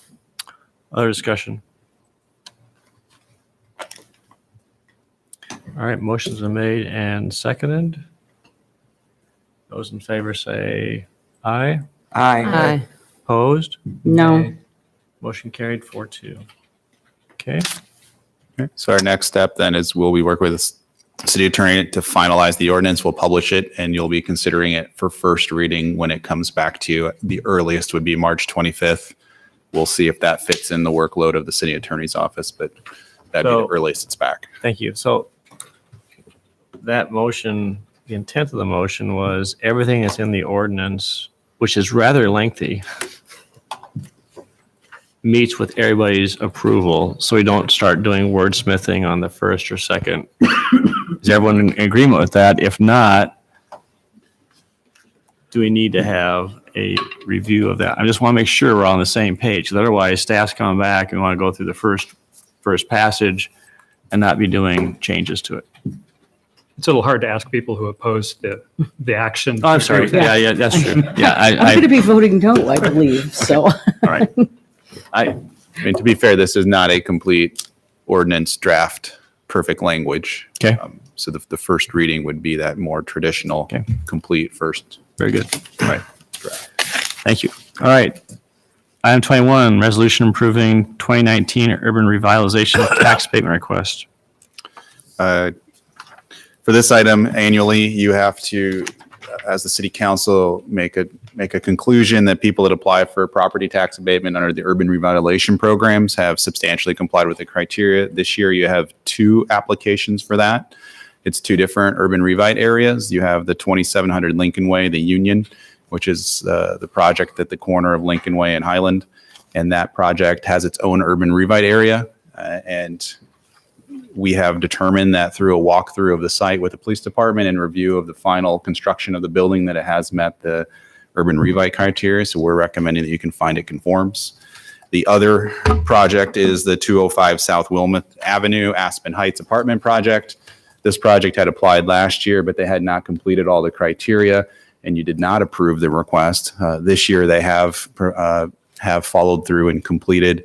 The outstanding item was registering with the crime-free housing program with police, and police has verified that they are enrolled in that program at this time.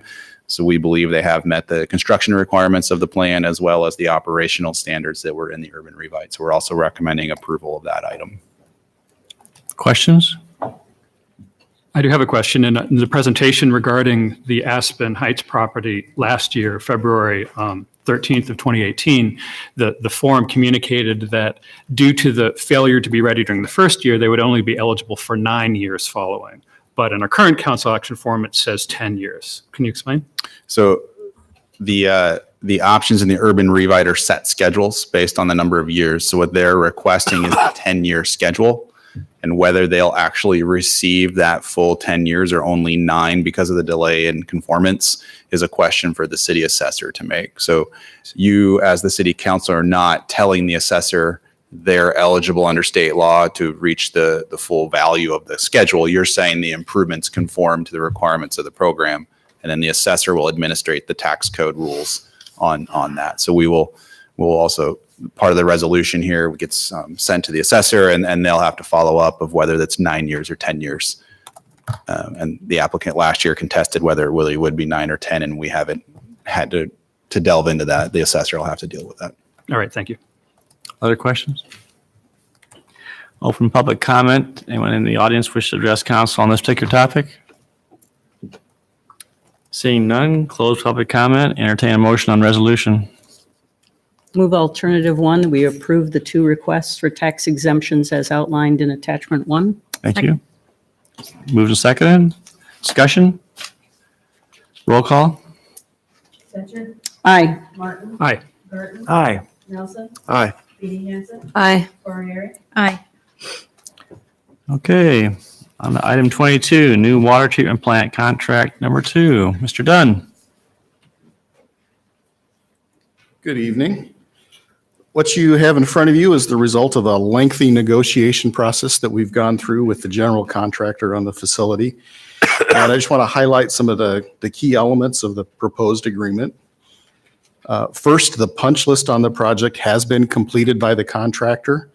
The punch list are those things that were never completed prior to being crossed off the punch list, or things that didn't conform with the plans and specs and had to be corrected. The second is the warranty list. The length of that list has been reduced substantially from where we were several months ago. The distinction between the punch list and the warranty list is the warranty list are things that were originally completed as required by the plans, but later broke or became non-functional.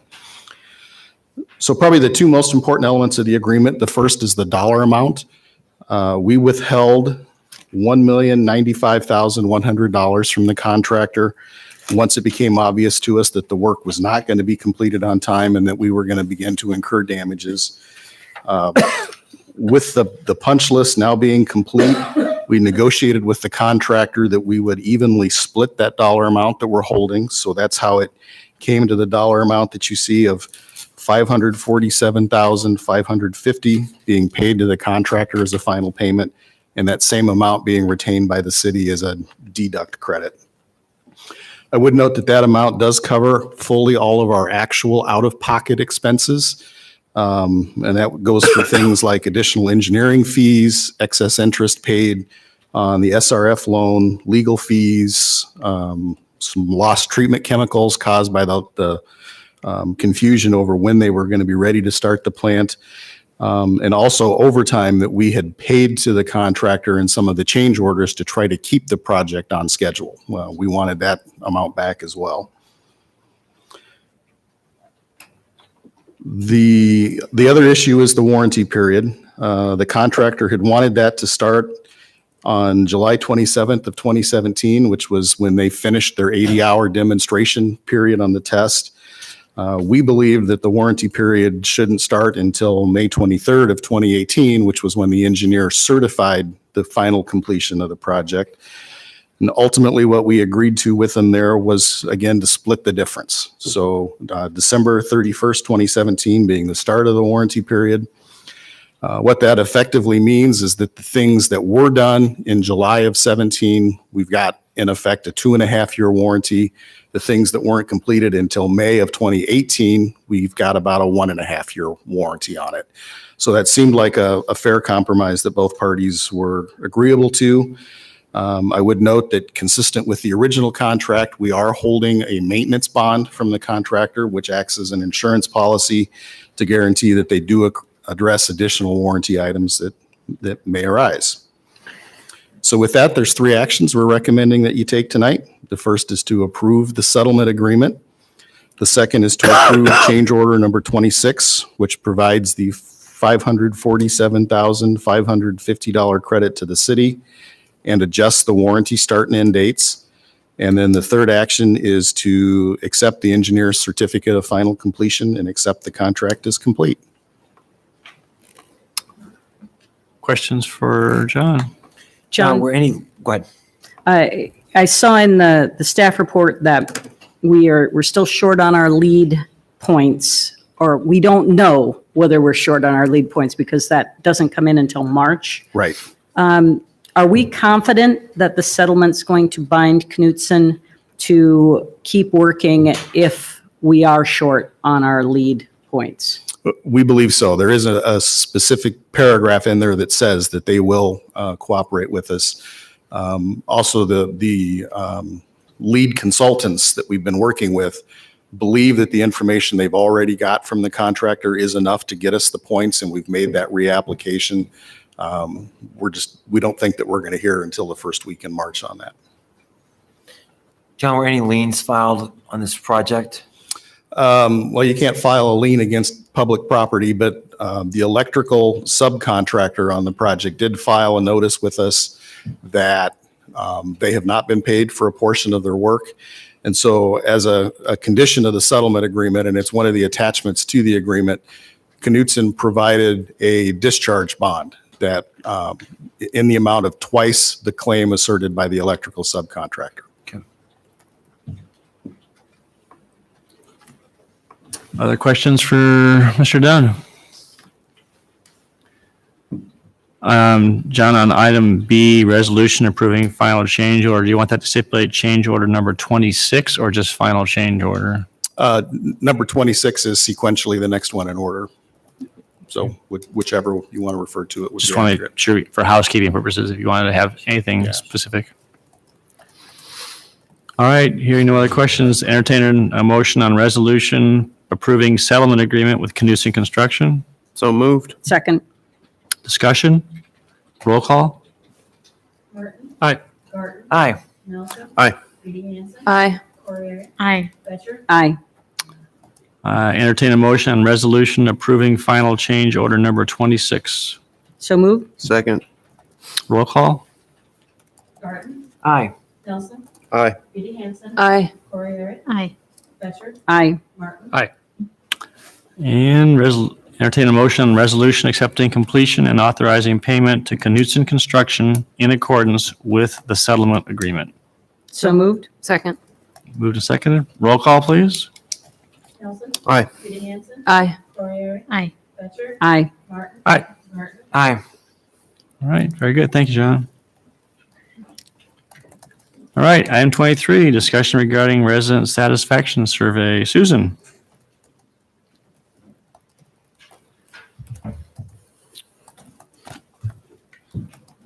Good evening. Every year about this time, I come to you to talk with you about the resident satisfaction survey. As you know, we've been doing this survey for many, many years, and 2019 is the 37th annual resident satisfaction survey. I know it seems like I just presented the results from last year's, but we're already ready to get started.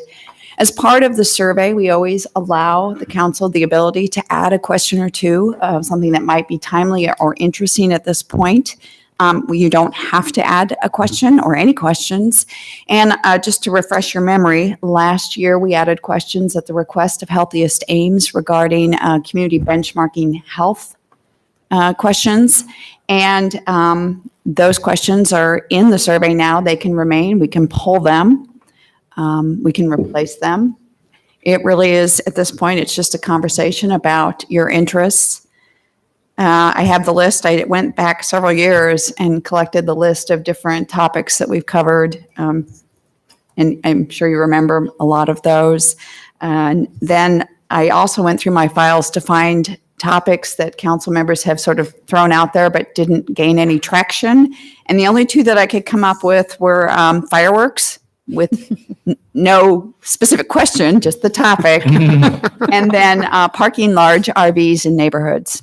And again, just a subject. So at this point, it's just really a discussion amongst yourselves of what you think you want to do with the space. And you can remain the same. You can leave in the health questions. We can pull them out. I have expressed, I think, in the past, a little concern that the survey's getting long. And so if it were shorter this year, we would spread it out and maybe make it look a little bit more visually appealing. Yeah, that's good. How many questions is the current version? You know what? I don't know how many questions it is. It is 12 full pages. They are numbered by A, B, C, D. I know that the health questions that we added last year were 9 over 2 pages.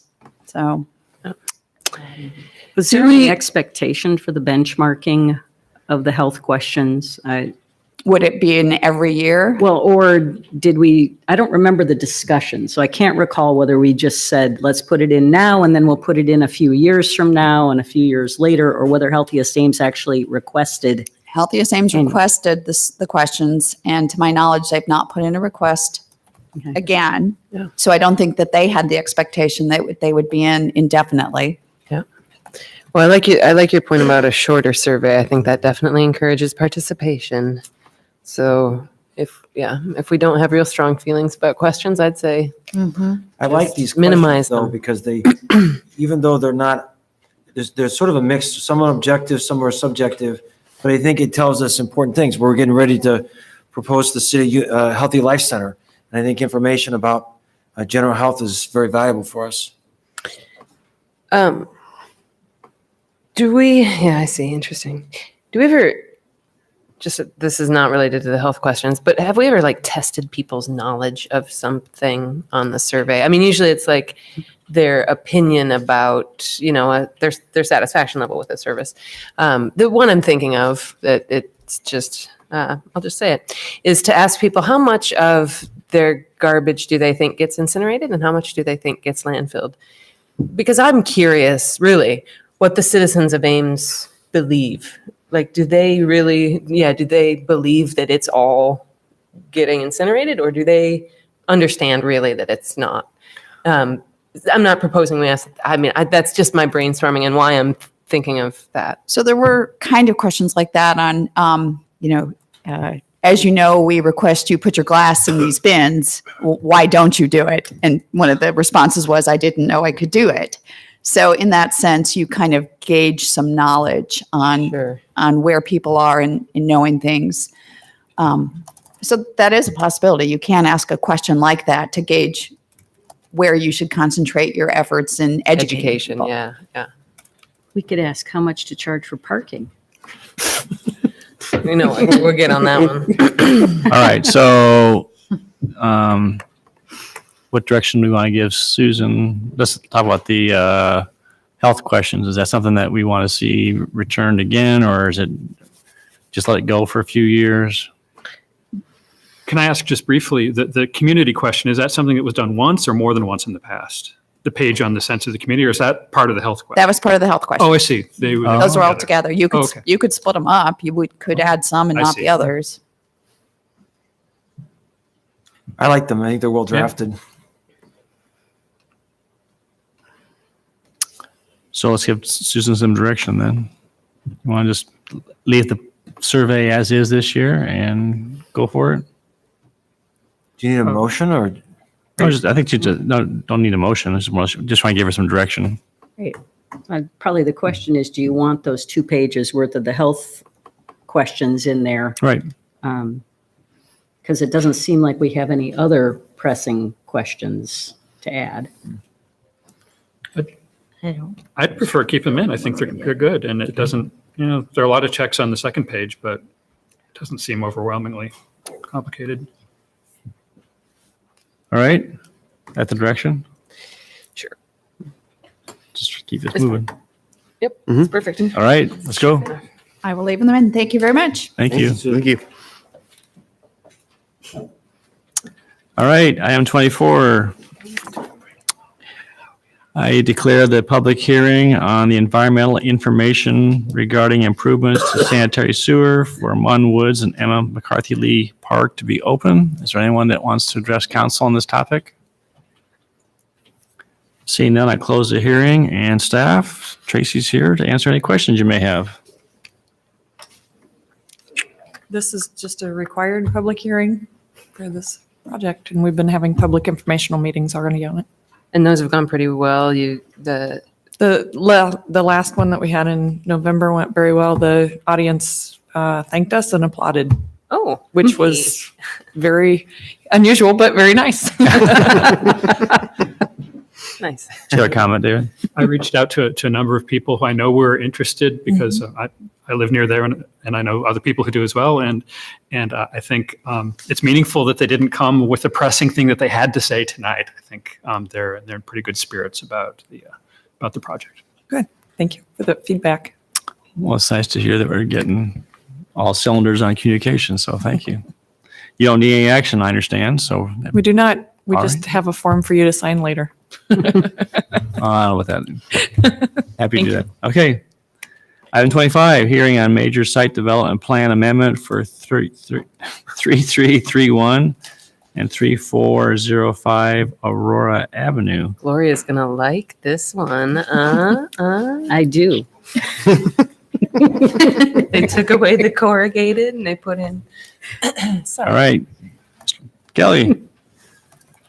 So for this item, it is an amendment to an approved plan that was approved in November of 2017. It is essentially a redesign of the architectural look of the building. It's essentially the same number of units and configuration of the site. We're recommending approval. The change from the more modern contemporary metal siding, architectural metal siding of the building to a more traditional gabled roof and horizontal siding is also compatible with the area based on the buildings that are built.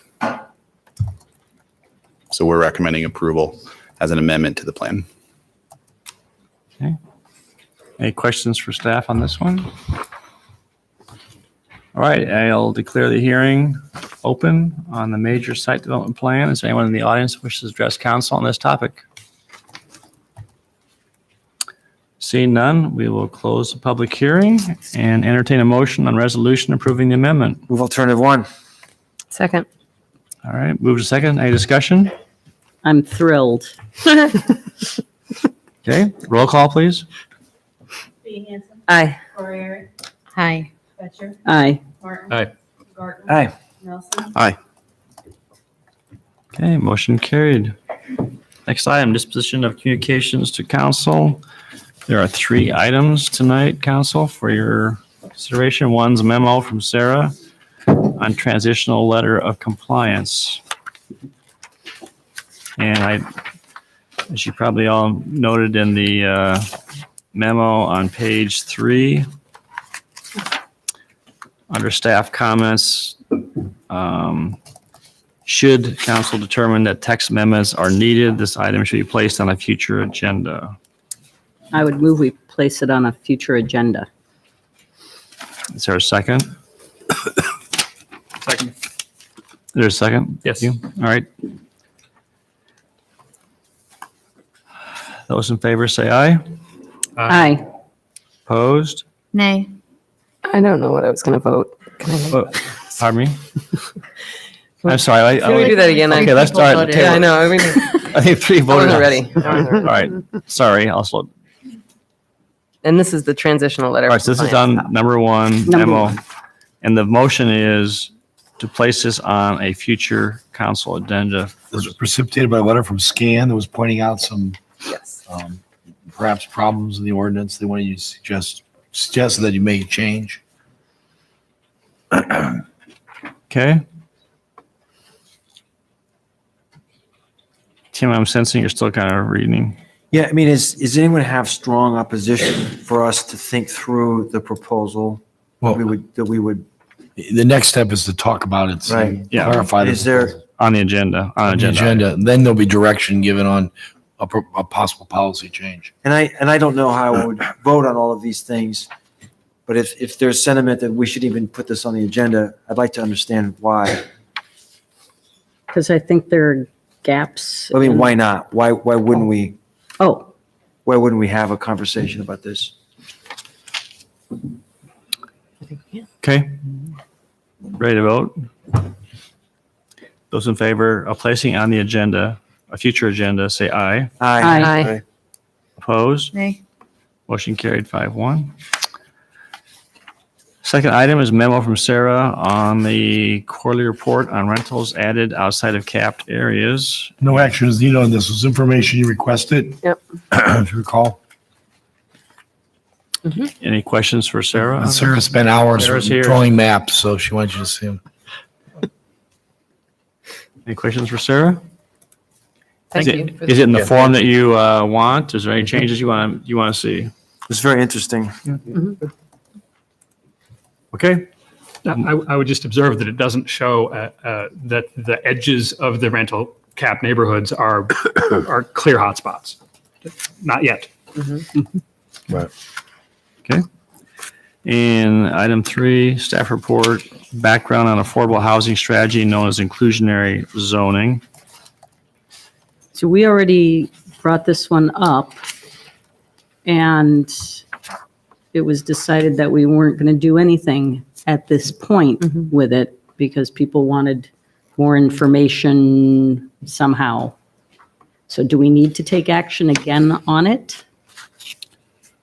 And before we know what we want? I don't have an interest in moving forward on it. Oh, we already voted on it, so. But we, No. I don't get what. No, we didn't. We voted No, not you to We take got the action. staff report back in January, and we voted not to Not take to take action action. at that time. I move that we put it on the agenda. And there was concern about the word zoning, and there was concern about what does this include? And so it was voted down. But I think the message that I got was that people wanted Yeah. to learn some more before deciding whether to put it on the agenda or not. Okay. Right. Thanks for the clarification. So you're saying this just provides additional information and we're moving on. Okay. Very good. All right, go to council comments and we'll start with Ally tonight. Sure. So tomorrow, as I hope you are all aware of, we have the spring joint meeting between student government and city council. It's at 6 p.m. in the Campanile Room at the MU. I hope you've had a chance to look over the agenda. It's very like bare bones, but I think that provides a little more room for discussion. So if you have any questions, just shoot me an email. I'm really, really looking forward to meeting with all of you tomorrow, and I hope it'll be very productive. So yeah, that's all from me. Thank you. Gloria? I wanted to make a motion regarding that area north of Lincoln Way where we've had some requests to impose the game day parking. And my motion is that we get a staff memo on the illegal parking or the parking situation in the area that is north of Lincoln Way from Riverside to Grand up to the railroad tracks. To add that to the. Well, to just have an analysis done of what the situation is there currently with parking violations and concerns about the narrowness of streets and. Was this on game days only? Yeah. Yeah, Yeah. I'm trying to figure out the timing because we just changed the parking on North Riverside. Yes, So we I'm did. not really sure we have data yet. Is there a second to the motion? I'll second. Okay, second. All right, discussion. I Go mean, ahead. it's just to get the staff report on parking. Yeah, I just want to know what the situation is On in game- that area so we could decide whether we wanted to, on game days. Game days, Saturday game days. So we could decide whether we actually wanted to do anything with that area or not. Just as a clarification point, I believe that Chief Sykosh did do an analysis and they actually identified the areas that were the real suspect areas. And so, So maybe I need to say that this should be delayed a bit because I think I want to consider that area, but I don't want to consider that area without knowing that there may be problems there. Can you And just so- ask for a memo from staff on that? That's That's what I'm Oh, moving. perfect. So then if it exists, we'll see it. After football season? Well, I was just thinking, maybe I should have said after we start this, because we may not be able to assess whether that area is going to be a problem. I'm just trying to be sensitive, as we talked before, not throwing stuff on staff that really, I think, it would be, that question was answered, I think, by Chief Sykosh. I agree with you. I'm not voting, but the point is, concern is that's a natural area for it to grow into. But right now, my understanding is from Chief Sykosh, that has not been an area where they've had a lot of problem with, excessive, ticketing. But that may just be because the proximity is, I don't doubt there's anecdotal, I'm sure those are real emails you've received. No, and I don't know what the data is. Yeah. That's what this motion is about. Okay. motions are made to get data on that to determine if it should be added, correct? Yes. If they've already got the Good. data, perfect. Yeah. Yeah. Yeah, I guess if they have the data. That's but what I'm I'm- figuring. I mean, if they analyze that area and it showed, then they'll just give us that, they'll remind us of that. I don't necessarily want them to go get new data Right. right No. now. They can remind us of that old data. Yes. All right, Well, and actually, this could leave room too. This data does not have to be done now. If Chuck says that we should wait, the motion would still be in place. I don't care if we get this data next month or in 6 months from now, but I think we should look at that area. Okay, but don't we expect a report after the season, just generally about how it's working and where, I what don't the know changes might be? I don't think we asked for one. I don't know. we could ask for one, though. I mean, after the season. All right, those in favor of the motion, say aye. Aye. Opposed? Motion carried. Anything else, Gloria? Nope, that's it. David? So we had our first rental cap exception discussion tonight. That was tricky. And just in observing the way we dealt with it, I think we saw some issues that we might have to deal with. And I know that there's opposition to this exception altogether in the council, and I'm wondering whether everyone still supports it in the same way. So we don't have to keep that ordinance forever. We started off with 0 exceptions. We came up with 2. One has been enacted and has sort of lived its life and done its thing, and then now we have this other one. Do we still want it? This is something to think about. We've got a motion to discuss the transitional LFCs coming up. I'd encourage council to think about this other ordinance. Is this something that it's good for the community? We had a very robust, part of the reason why this was able to pass was because it had an exception. It was a very, very difficult consensus to build, and I can pretty much promise it wouldn't have passed but for these exceptions. So I'm not saying that we're tied to this. We can't make changes, but I think it's important to, it wasn't that long ago that we had a very robust discussion on this. So, right, I'm just asking you to think about the experience and how useful you'll see it in the years to come. Okay. Anything else? That's all. Thank you. Tim? 2 things. One, I think the council should be commended for getting through what could have been a much longer meeting in a pretty quick time. So commend you, colleagues, for getting through this. Secondly, we all had a chance to get up and go to work in the morning each day because of the extraordinary work of our city crews. Yep. And Steve, please pass along our deep appreciation for the people who worked under very difficult conditions to provide Well, thank safe travel for our community. That's it. Chris? Nothing tonight.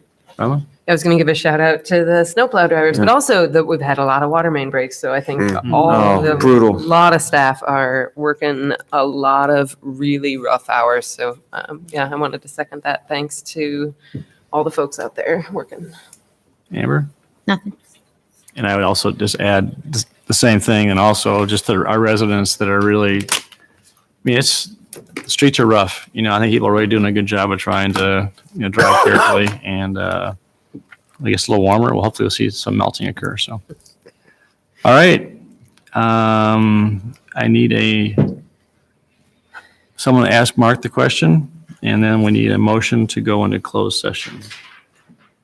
Mark, do we have a legal basis for going into closed session? Yes, we do. Iowa Code Section 20.17 subsection 3 allows the council to go into closed session to discuss labor negotiations and strategy. I move you go into closed session. Second. All right. Roll call. Corey, Aye. Fletcher, Aye. Hart. Aye. Barton. Aye. Nelson. Aye. Stephen Hansen. Aye. Okay. We'll go into closed session.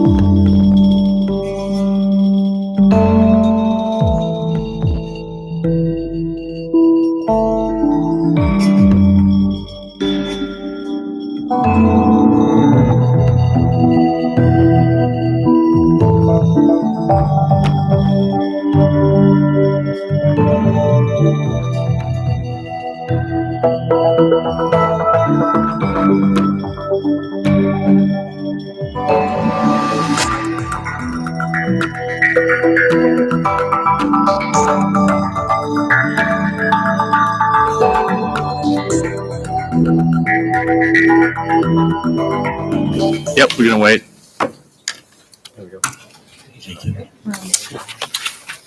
Okay, back in open session. And need a motion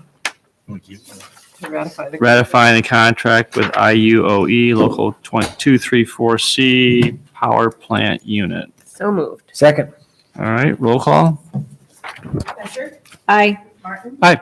Barton? Aye. Nelson? Aye. Katie Hansen? Aye. Cormier? Aye.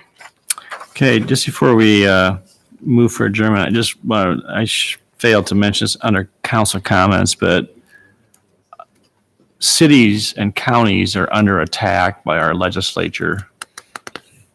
This home rule is almost becoming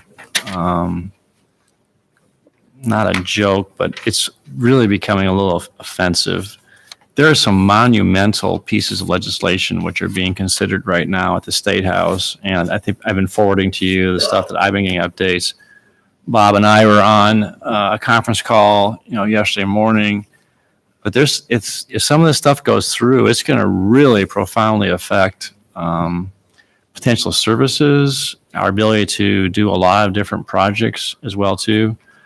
Just want you to be aware, just know that staff's working. I'm keeping my finger on the pulse. If things come up, we'll try and keep you apprised of that as well too. But we may need to be pulling out some cards and calling people and going out and talking to people. But there's some things that we're gravely concerned about, and we may even bring that to the public's attention as well too. But it's disheartening to say the least, because we're spending a lot of time trying to defend our turf, and it's just more and more being eroded under the guise of whatever. But anyway, just wanted to be aware of that. I know Steve, Bob, and I have been talking about it, quite a bit, and I'm anticipating probably going down to the State House and meeting with some people, and our lobbyist is aware of that, and I'm encouraged. We're part of a 13 city metro coalition that hires lobbyists, and there are some pretty disappointed people on the call yesterday as well too. So they're trying to get some data points down to the State House, but it's we're gonna have to be very vigilant. I mean, I wish it was just fireworks. It's a lot. I mean, there will be fireworks if some of the stuff goes through. So anyway, just wanted you to be aware of that, and look forward to tomorrow night, 6:00. Is everyone going to be able to attend? Outstanding. All right. Entertain a motion to adjourn. Move to adjourn. All right. We are adjourned. Thank you.